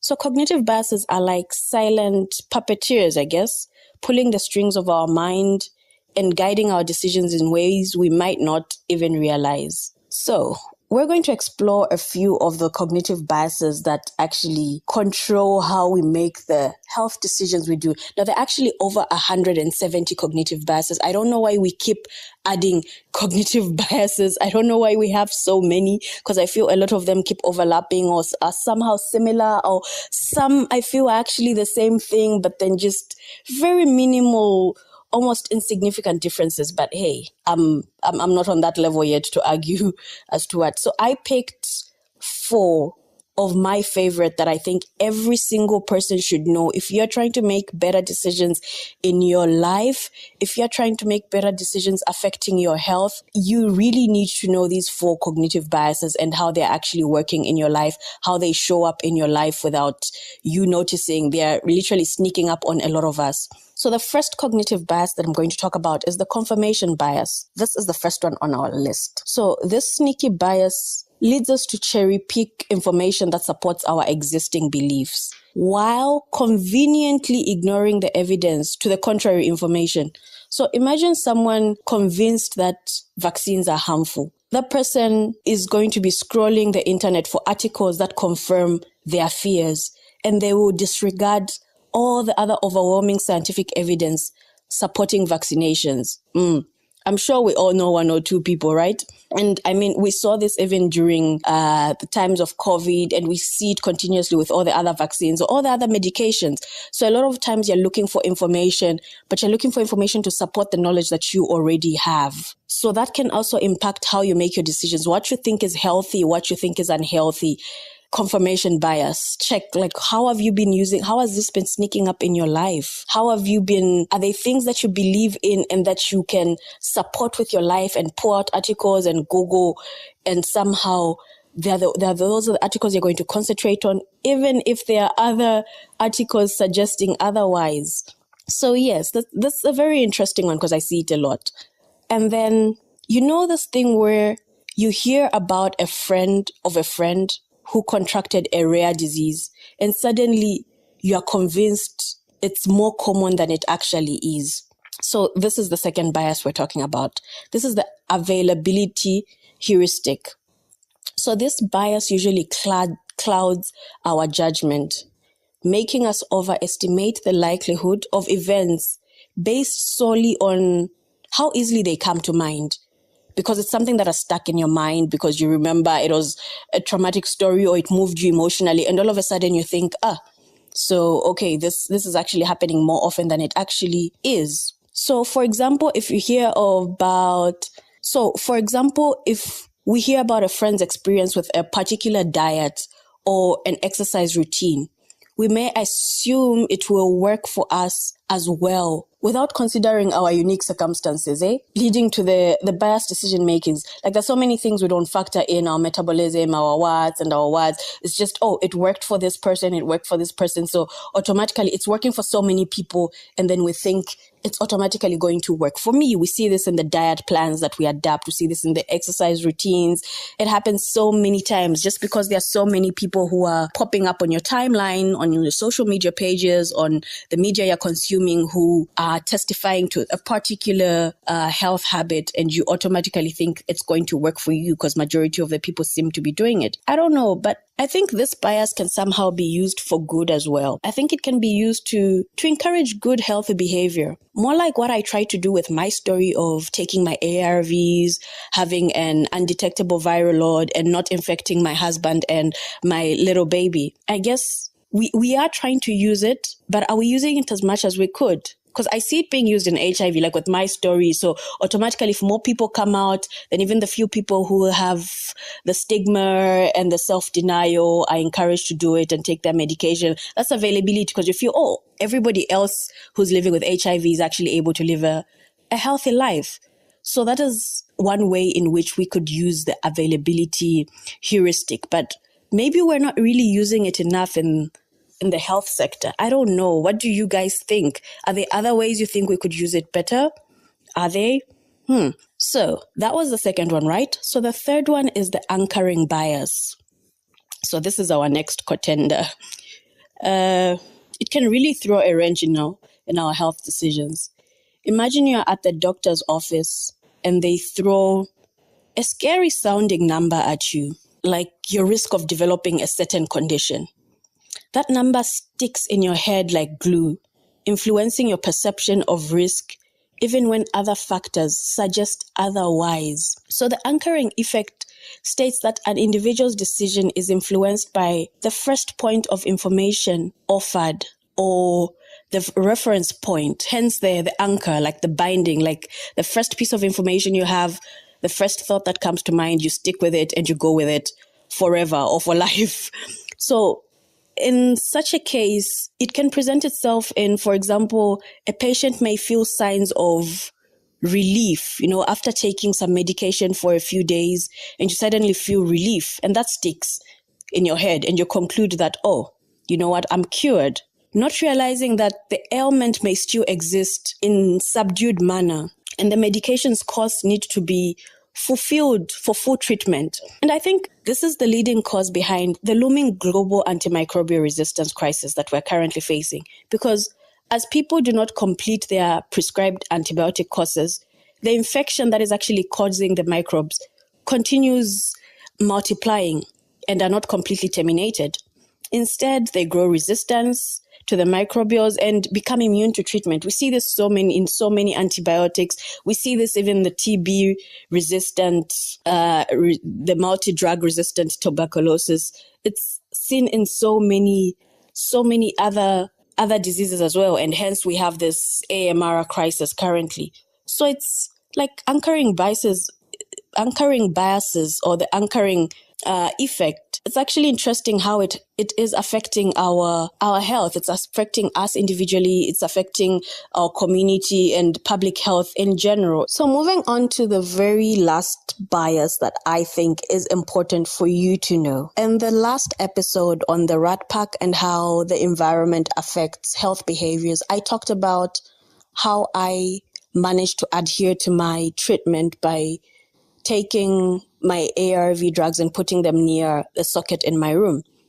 So this is connected to this bias I want to talk about, the projection bias. So this is a common cognitive bias, and it often leads individuals to make short-sighted decisions based on their current emotions and belief. So this bias, I see it a lot in people who are living with chronic illnesses, especially because in that moment, you are so determined to change your life, so determined to live a healthy life, so determined to do right and follow the doctors' and physicians' orders.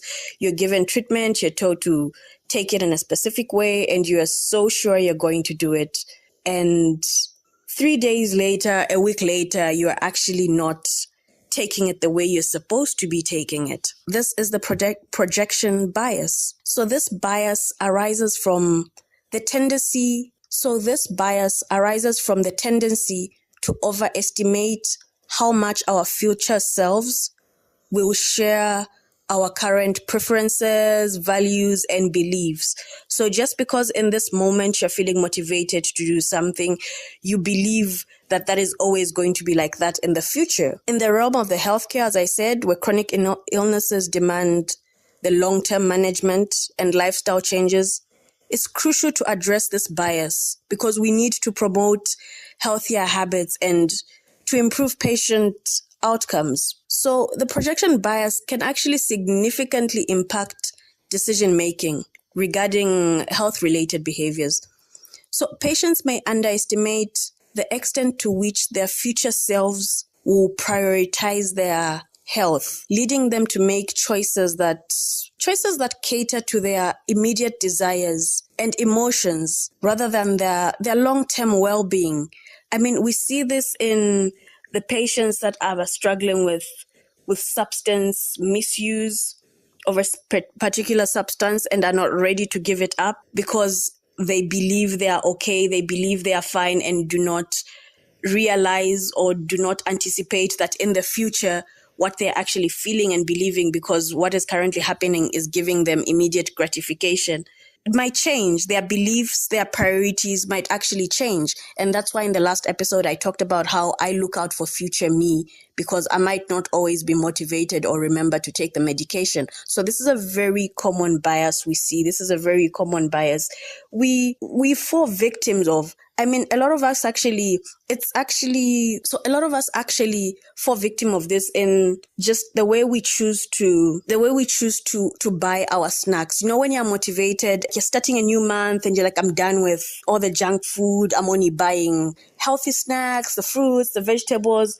And then later you get home 2 days in and you open your fridge, you open your drawers, and there's nothing that you really want to eat because you filled it up with the healthy stuff.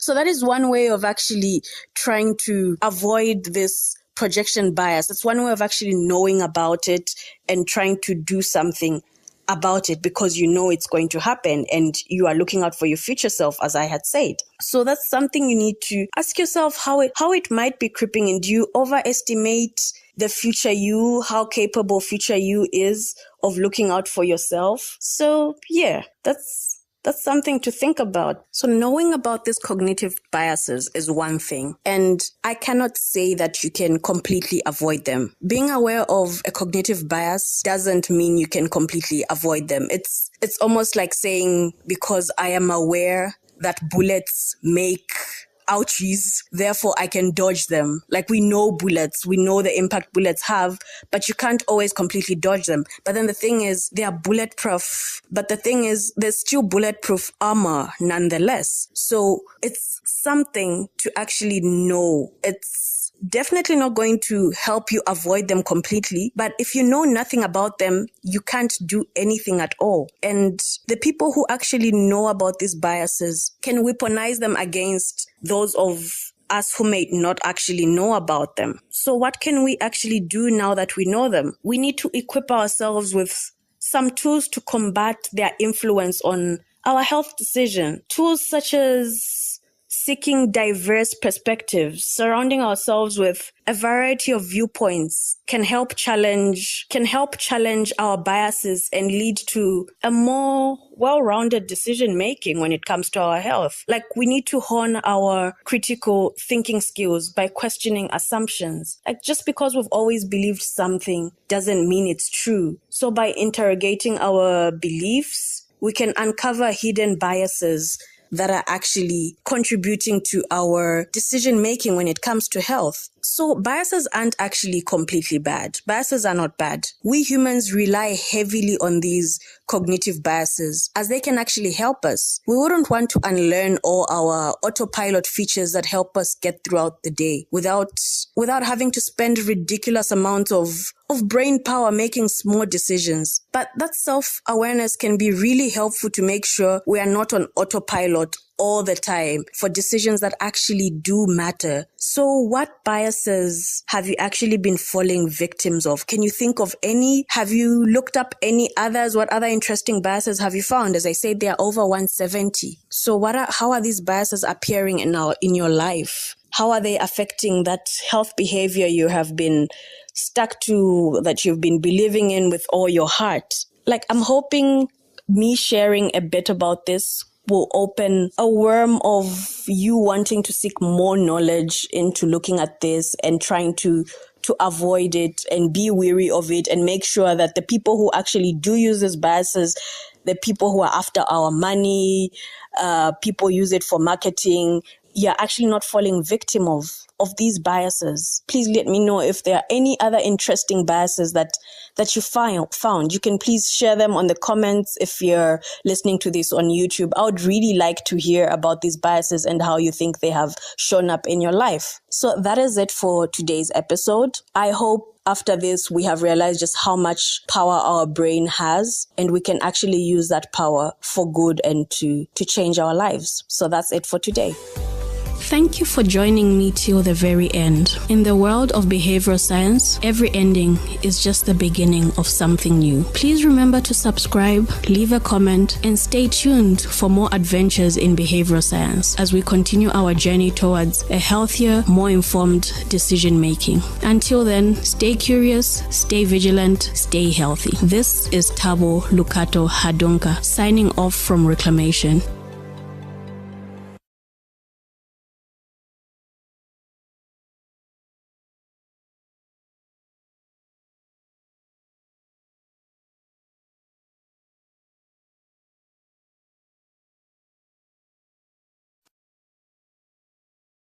Three major ways in which our surrounding might be holding us back from being the person we want to be, or from doing what we want to do, or from quitting the bad habits and behaviors we want to.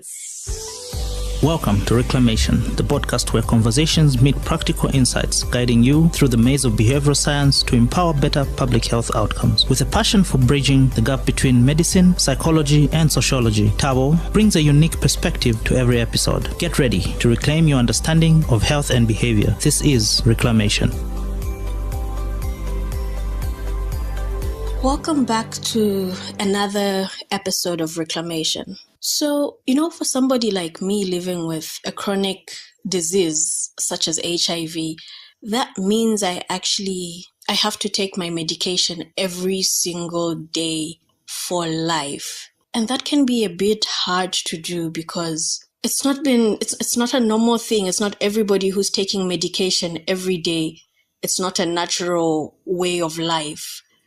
So it's something that you have to be deliberate about doing in order to stay healthy and stay fit. So when I actually decided I wanted to get serious with doing this life thing, I went into a deep dive to figure out how I was going to ensure I take my medication every day. So I actually checked out the definitions of a habit and of behavior, because if you're like me, I even till date, I still use these words interchangeably. Is that a word? Yeah. I still use both of them the same way. So I found that the definition of a habit is the impulse to do a behavior with little or no conscious thought. So I was like, okay, so this is what I actually need to do in order for me to make sure I'm always taking my medication, because I'm going to be taking it for life. And a habit is like brushing our teeth every morning. That would count as a habit because you don't really give it thought and it's repetitive. And you're not really conscious about it. Well, at least for most of us, like you know that every morning you have to do that. So how was I going to get my mind and my brain to turn taking my medication every day into a habit? And I just discovered during that same period how the environment actually plays such a huge role in the habits you're trying to form, in behaviors you're trying to form, be it new healthy behaviors and habits, and even habits and behaviors that you're trying to avoid and stay away from. Sometimes the environment can just be working against you. So in this week's episode, we're going to uncover the hidden nudges in public spaces that can push us towards healthier habits or pull us into the unhealthy ones, and how even the smallest changes in your home can help create a healthier habit. And we'll also talk about why I chose to keep my medication right next to the socket in my room. So because you've already figured out from the last episode, willpower is never enough. There's so many things we want to do, but willpower is just never enough. If you haven't from the last episode, please go back, listen to the episode, and then you can continue with this one. So in the 1950s and 60s, scientists believed that addiction was all about the drug itself. They thought morphine was just a siren that caused people and people can't stay away and resist. So they set up these little tiny rat condos, or individual cages rather, each with a water dispenser containing morphine and other opioids. It was like a cocktail of drugs. And the rats had control over how much morphine they took, because there was a lever connected to each rat and they could push it according to how much they wanted into their system. And obviously, the rats got addicted because they would always keep pushing the lever and infusing more of the drug cocktail into their bodies.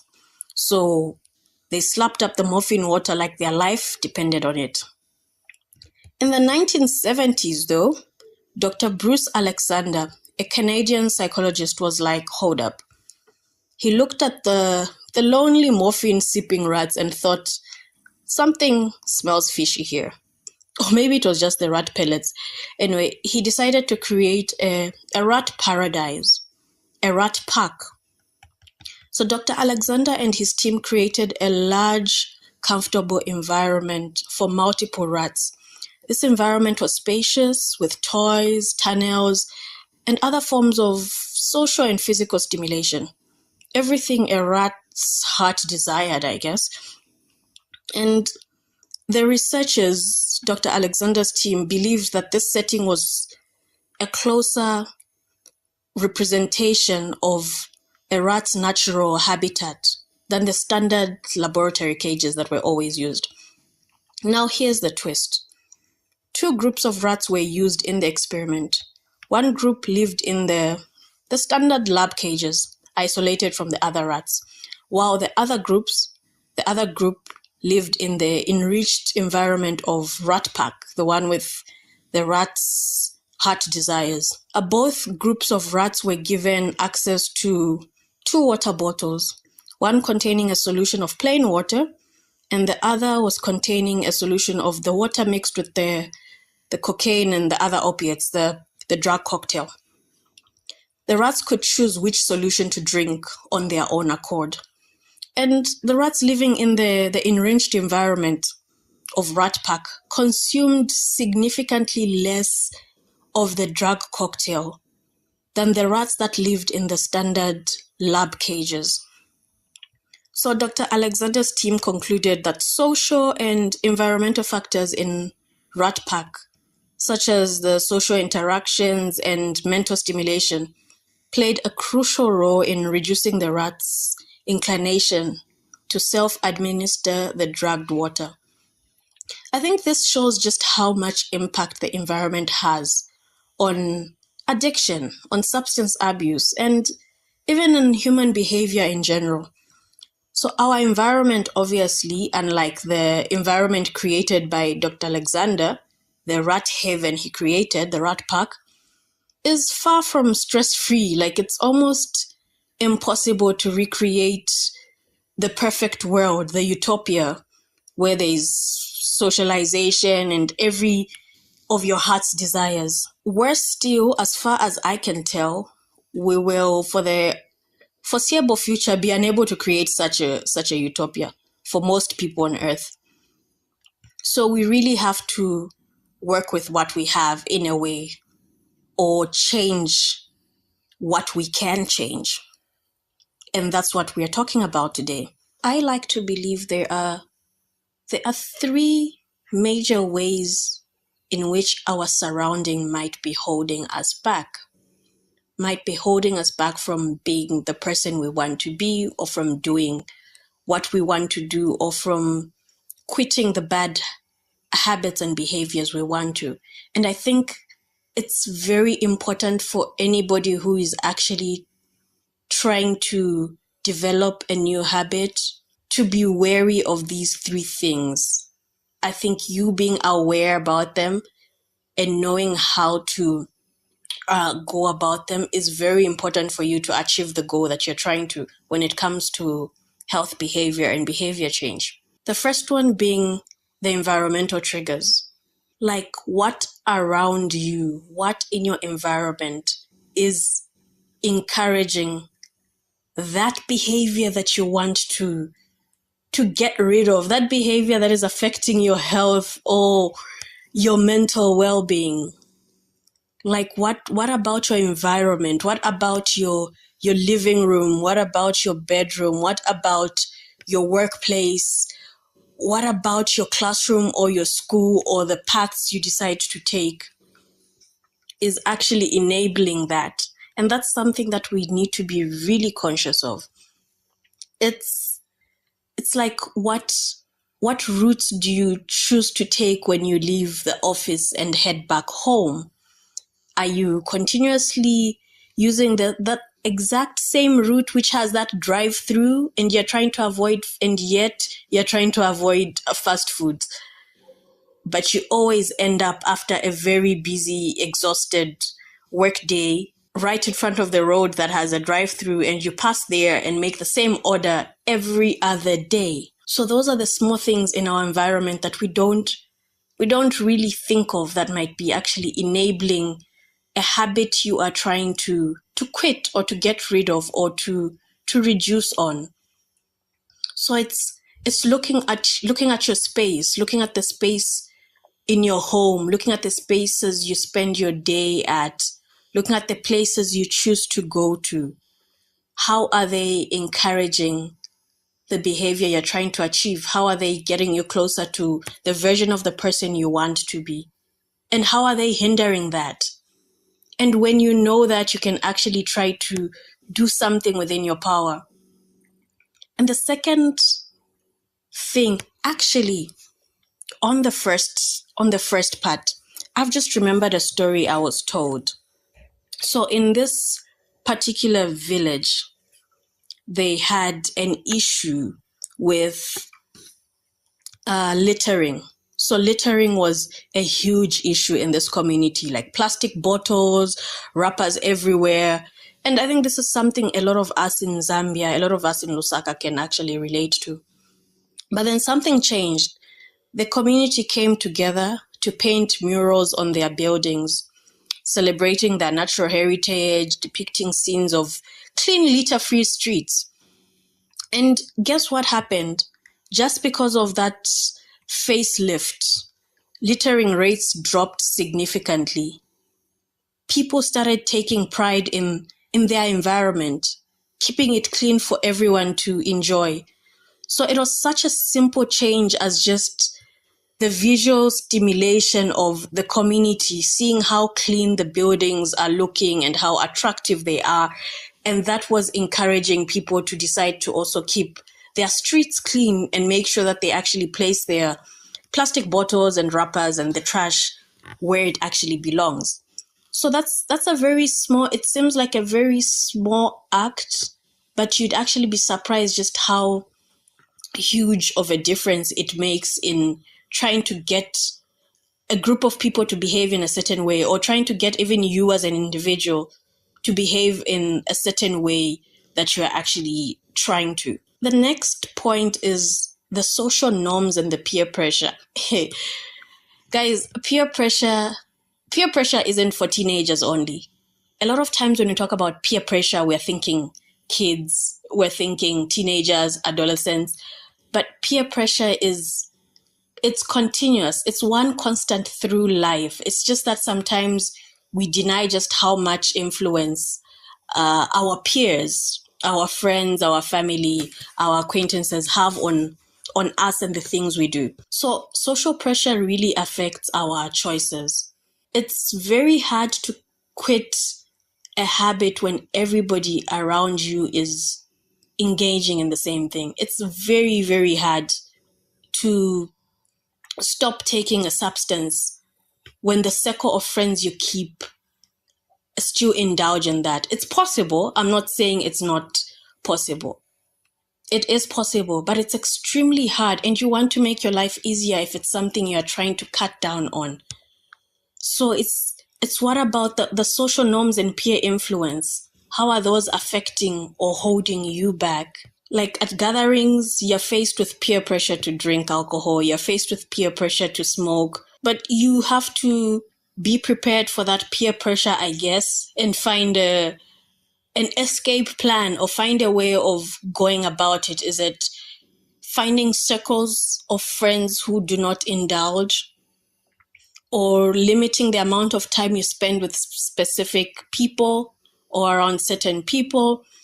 It could be you just making a plan of what you are going to do when you are in that environment. I know the one thing that is hard for a lot of us is dieting, especially during the festive season. Very few people will tell you that the festive season is when they gained the most weight, especially here where we really take that serious. Like December is the time when the most alcohol is consumed, the most food is consumed, and it's so hard to stick to a diet plan if you're on a diet plan and you're trying to reduce your calorie intake or trying to avoid certain type of food. It's extremely hard. So it's you knowing to say this is going to happen. So what are we going to do about it? What is in my control? How can I go about it? Because now I know, because it's one thing to know, but then it's about what action am I going to take? Because I am aware of the social norms and the peer influence and how they are affecting and standing in the way of me being this person that I see myself being. And the third point is availability and accessibility. So this point is actually interesting because it takes me back to the rat pack, our little rat avengers. So, a lot of studies have shown that with most human beings, when it comes to healthy behaviors, if you are actually given both options in equal amounts, like the healthy behavior and the unhealthy one, and none of them is forced on you and it's just all things equal, a lot of the times, majority of the people would opt for the healthier option, the healthier habit, the healthier behavior, the healthier action. So a lot of the times, what the unhealthy habits that we indulge in, it's simply because you didn't have the healthier option pushed into your face as much as possible. So it's how often are you surrounding yourself with the healthy options? Like, are you in places where you can actually freely choose? Are all things equal? Or are you finding yourself in places where it's more convenient to have the unhealthy ones? Like the example I gave of using the route where there's a drive-through with fast food and you're actually trying to reduce on the fast food you're having. So that is accessibility and availability. Make it easier for yourself. Willpower is not enough. I keep repeating this. Willpower is not enough. Me wanting to take my medication every day is not enough. I need to also help myself. I need to think of future me. Like, I want to take my medication right now, but will I want to do it 6 hours from now when I'm actually supposed to take my medication? What am I doing to make it easier for future me? Future me could be me 6 hours from now. Future me could be me 2 days from now. Like, what am I actually doing to ensure that it's an easy option for me? The option is available. The option is accessible. So that's how I actually decided to keep my bottle of medication, my ARVs, near a socket. So I have a socket that is right by the dresser. It's very conveniently placed.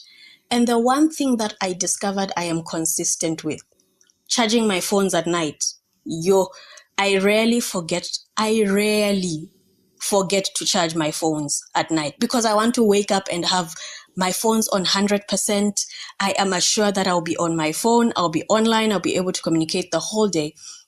And as we discussed in the first episode, the results of instant gratification, like behaviors that give you instant gratification, are easier to maintain.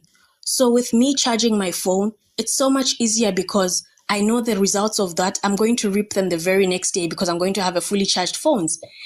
And I'm also going to know to say the repercussion of not actually putting it on the charger means I get to move around without a charged phone. I am not able to communicate with my husband, with the nanny at home, with friends and family. And it's extremely inconvenient. So that was always going to push me to want to put my phone on the charger. And I think it has now turned into, it's a habit. It's something I don't think of. Immediately it's time for bed.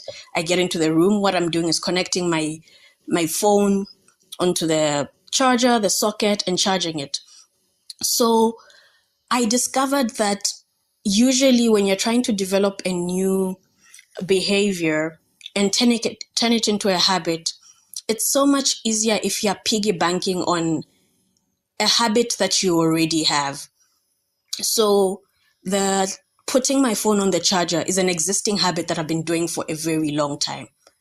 So in order for me to remember to take my medication every single evening, I decided I'm going to place my drugs right at the socket. So that way, I never really think about, I have to take my drugs. But once I get into the room and it's time for bed and I'm connecting my phone onto the charger, what I see is my drugs. Then automatically I'm like, oh yeah, I need to do this as well. And that's how I have ensured that I take my drugs every single evening. every single evening. So if I do not charge my phone that night, the chances are very high that I've not taken my medication, unfortunately. But it's made my life so much easier. It's something that I've eventually turned into a habit, or close to a habit, I guess. So that is me trying to manipulate my environment. I made it accessible. I've made it available. I've made it right, making sure it's right in my eyes before bedtime. And I've used a habit that already exists, one that has immediate gratification and immediate repercussions if I don't do it. Because, I mean, if I left it all to just taking the medication, the repercussions of not taking the medication, I'm not going to see them within a week or within a month. That's the thing. So this has really worked for me. So I'm urging a lot of you to think of what in your environment is working against you being the person you want to be, and what is actually helping you. What can you take advantage of? How can you change your personal space to encourage that habit that you're trying to form, to maintain that habit? It's not enough to want to. The willpower and motivation is not enough. It's really not enough. So how are you helping yourself to actually continue being or working towards being that person or the version that you want to be when it comes to your health, when it comes to your well-being? So there's actually a second part to Dr. Alexander's experiment. The rats, remember them, the rat pack? So Dr. Alexander wasn't done. Like, remember the experiment? He had the rats in the lab cage and he had the others in the rat pack. So he wondered, can we unaddict the addicted ones, the addicted rats? So what he did is he went further and he took the rats which had been in the lab cages, the typical lab cages, the ones that had been on the morphine bender for weeks. He gave them options of the plain water or maintaining the same morphine drug cocktail. And you'd be surprised how many of the rats opted for the plain water, even though they had already been addicted to the morphine and had turned into addicts. But once they were moved into the new environment where there was everything to play with, the socialization, the stimulation, the rats' heart desires, a lot of them opted to be taking the plain water, despite them having withdrawal symptoms that were unpleasant. So again, this actually reinforces just how much of the environment actually plays a role in behavior, in both forming new behaviors and in getting rid of bad behaviors. So our environments actually matter a lot. And we are not just chemical reactions. We are social creatures. Our cages, whether literal or metaphorical, they really do affect our behavior. Things like loneliness, stress, and disconnection, they are real villains. So as we navigate our own rat packs filled with screens, concrete jungles, and the Wi-Fi passwords, let's remember that connections actually heal and purpose empowers. And maybe, just maybe, we can unaddict ourselves by creating our own rat pack. Now, like we've already established, we can't control every single aspect of the environment and the effects it has on us. And to make matters even more complicated, we know that there are biological influences related to genetic differences, the neonatal birth-related circumstances, early nutrition, and all those, and how they can affect and alter brain mechanisms and make people more or less susceptible. This word always shows me flames, but yes, susceptible to the effects of trauma. So switching up your environment might not really be the silver bullet to behavior change, but it makes significant impact. So why not be deliberate about the parts of the environment that we can control? Because behavioral adaptation, it means people can change the way they act and what they do based on what's happening around them. When we're talking about addiction, it suggests that individuals can learn and pick up new, healthier habits to replace the ones linked to addiction. And that's the thing I'm always telling even the clients I'm seeing, that it's hard to get rid of a habit if you don't have something to replace it with. So this might include coming up with ways of handling stress, managing tough situations, and making healthier life choices. So that's just something I want you to think about at the end of this episode. Like how is your rat park looking like? How have you designed your rat park? And how can you design it further to help you achieve the goal that you want to? I hope this is something that actually gets a lot of us thinking and pushes you to design your own little rat park in the best way possible that you can. And that's the end of today's episode. Thank you for joining me till the very end. In the world of behavioral science, every ending is just the beginning of something new. Please remember to subscribe, leave a comment, and stay tuned for more adventures in behavioral science as we continue our journey towards a healthier, more informed decision making. Until then, stay curious, stay vigilant, stay healthy. This is Tabo Lukato Hadonka signing off from Reclamation.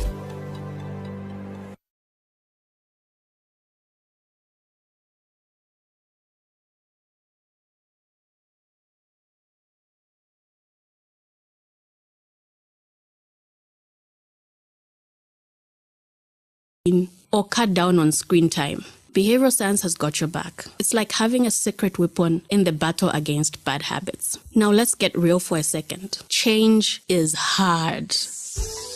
Welcome to Reclamation, the podcast where conversations meet practical insights, guiding you through the maze of behavioral science to empower better public health outcomes. With a passion for bridging the gap between medicine, psychology, and sociology, Tabo brings a unique perspective to every episode. Get ready to reclaim your understanding of health and behavior. This is Reclamation.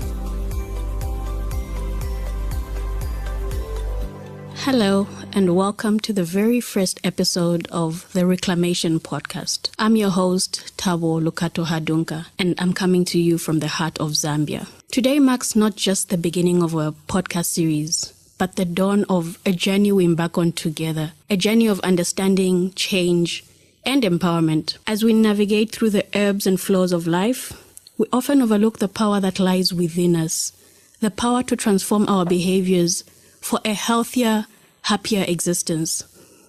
You see, this isn't just any podcast. This is a movement. It's a reclamation of our innate ability to shape our destinies through informed choices and deliberate actions. And I'm here to guide you through it all. Well, at least try to. But before we dive into the depths of behavioral science and its wonders, let me share a piece of my heart with you. For over 2 decades, I've been living with HIV, a journey that has taught me resilience, compassion, and most importantly, the significance of behavioral change. From taking my medication religiously to adopting a lifestyle that supports my well-being, every step has been a conscious choice. It's been a testament of how altering our behavior can indeed alter our lives. And that's pretty much what Reclamation is about. It's about reclaiming control over our health by understanding why we do what we do and how we can actually do it better. It's about bridging the gap between knowledge and action, because it's one thing to have the knowledge, but actually materialize what you know and turn it into action? Yeah. So whether you're here seeking inspiration, knowledge, or just good old-fashioned company, I promise you this: you live with a spark to ignite change within yourself and within your community.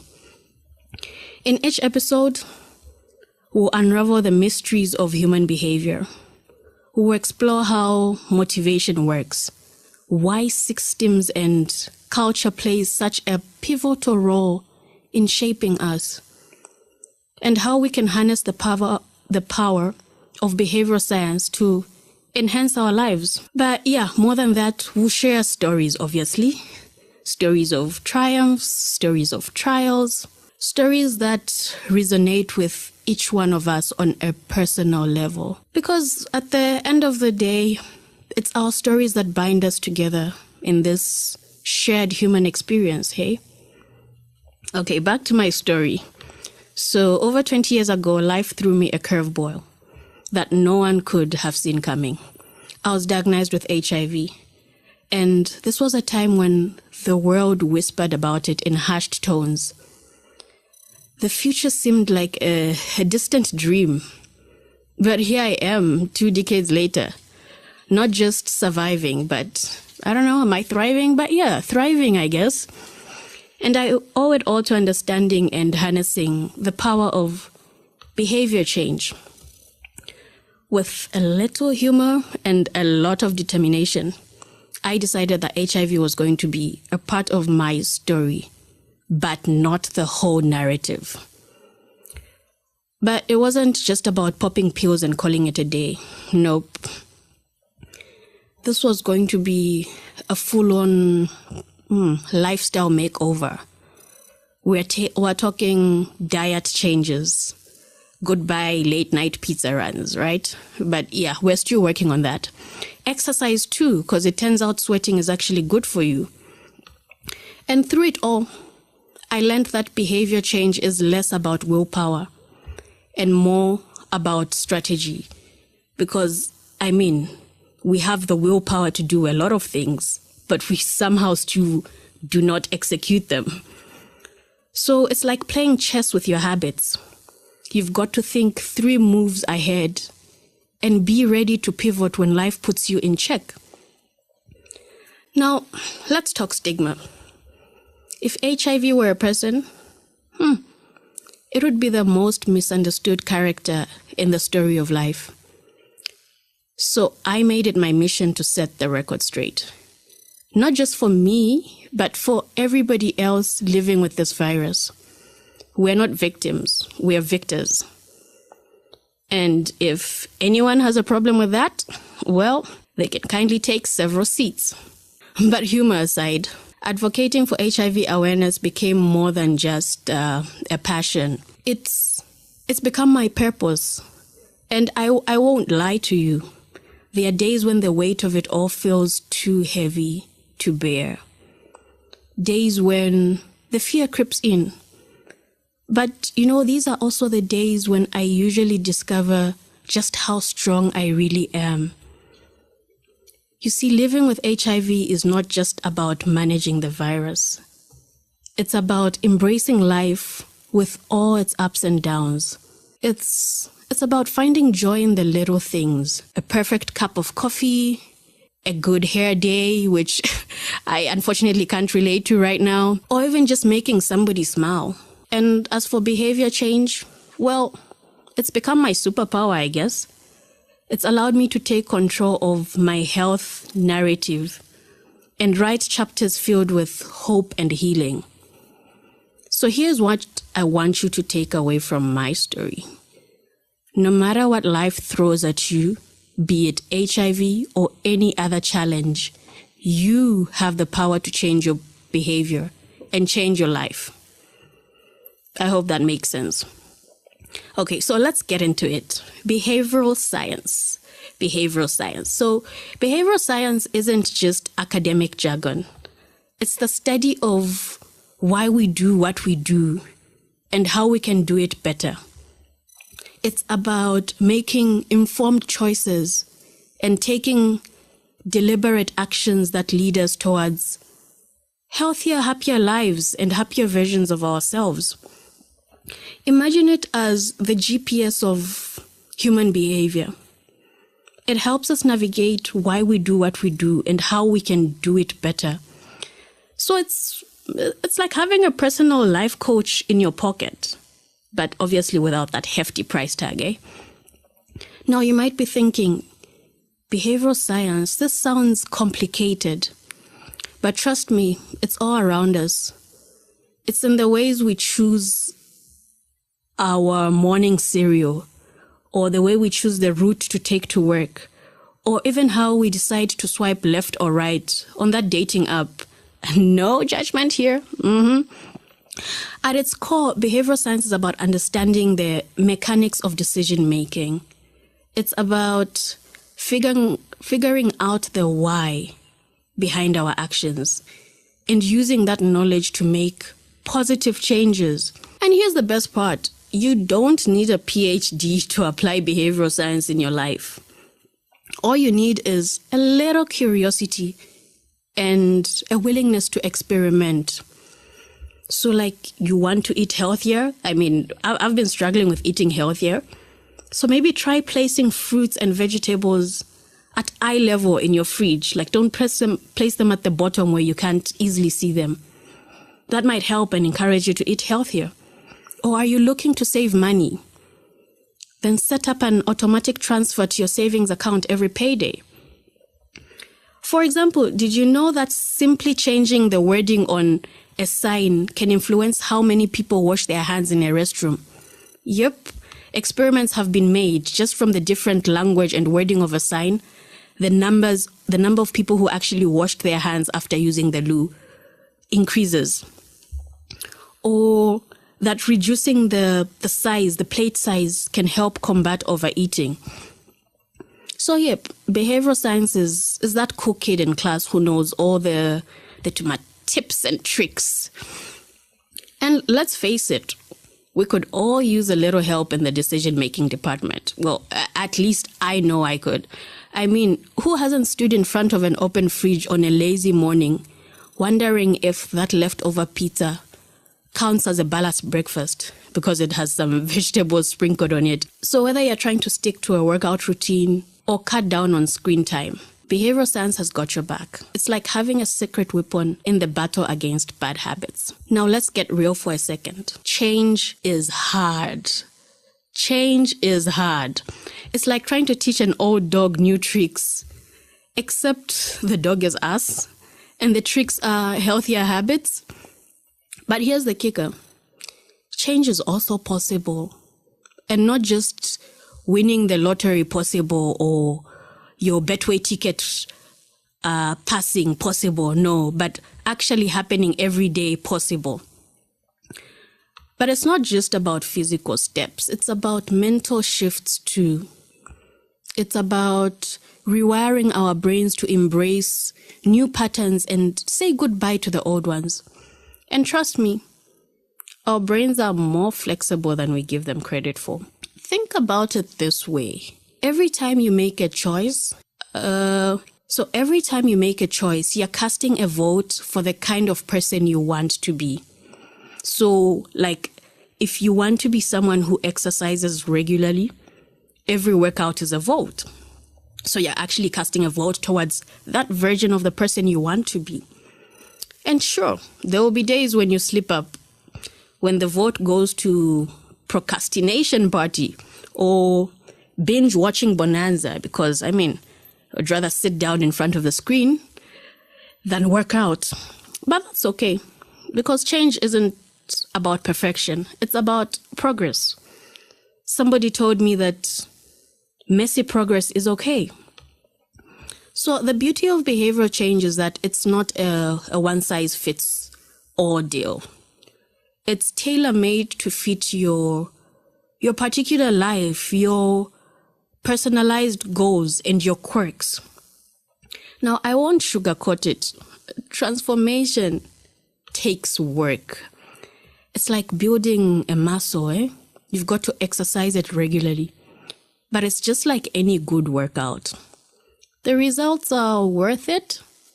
And I'm not just talking about the toned abs, though that would be really nice too. So yeah, in this podcast, we're going to explore all things behavior, from the way we tackle public health issues in Zambia to how we can transform our personal lives for the better. We'll delve into topics like mental health, holistic well-being, and yes, even how to make those pesky New Year's resolutions stick, because yeah, how many resolutions go just like that in the drain. So each episode will bring you insights from experts in the field, practical tips you can apply to your daily life, and personal anecdotes from yours truly.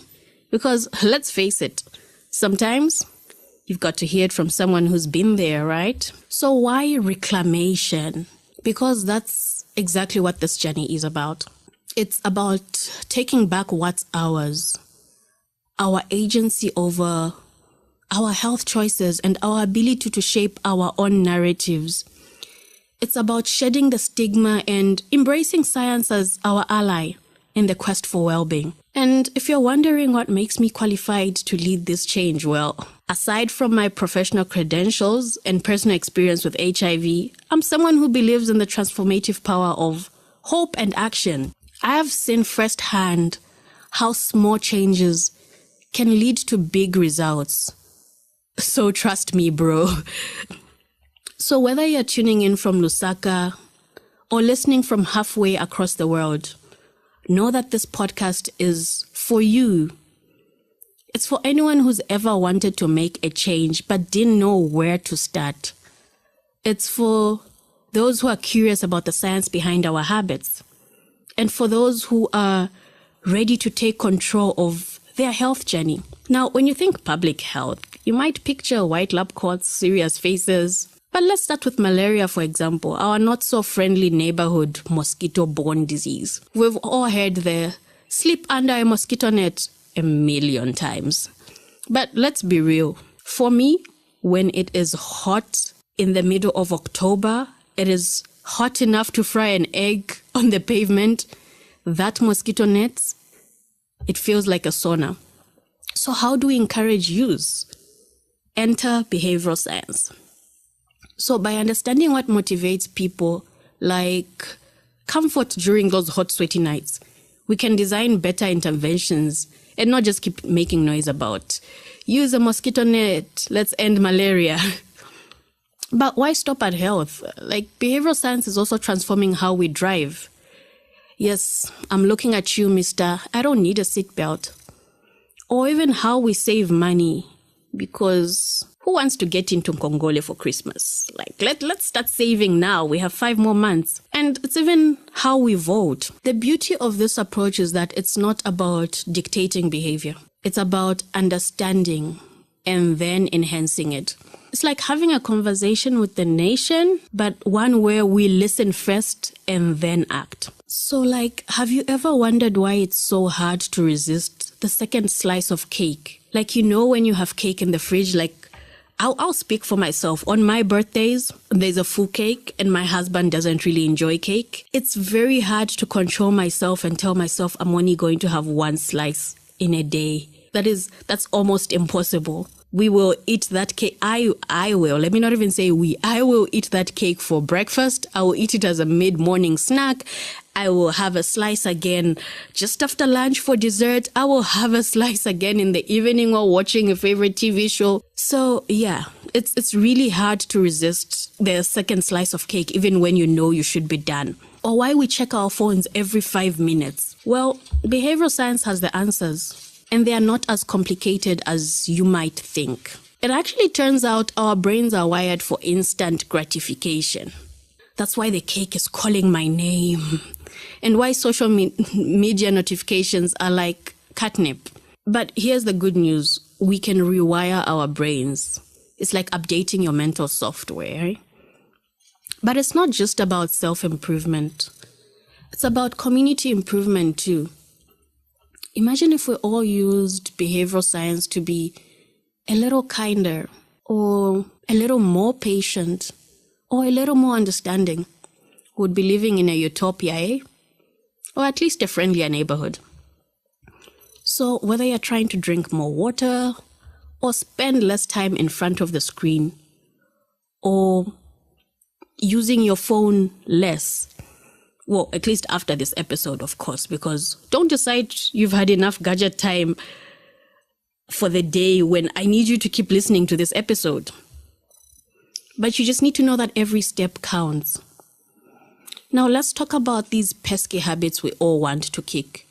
You know, the ones like biting your nails or hitting snooze one too many times. Behavioral science tells us that to break a habit, we need to replace it with a new one. So it's very hard to actually break a habit because I feel like you leave a vacuum, like you need something to fill up the vacuum. So instead of biting your nails, for example, how about drumming your fingers to the beat of your favorite song? And instead of hitting the snooze button, we put our alarms across the room and we turn waking up in the morning into a scavenger hunt. Like put your phone as far away from the bed so that you're forced to actually get up and turn it off. But has anyone actually tried that though? Because I really struggle with getting up in the morning. So has anybody, I know it's something that has been circulating for a bit. Has anybody given it a try? And has it actually worked out? Or have you found better ways of actually getting up early if you're like me who struggles to get up? Please leave a comment on if it actually helped you with getting up on time or if you found another way of getting up on time. And just like that, we're at the end of the first episode. Wow, you actually made it this far. I hope you now have an idea of what reclamation is about. If you've enjoyed today's episode, don't keep it to yourself. Share the love. Tell your friends, tell your family, tell everybody about it. And thank you for tuning in today.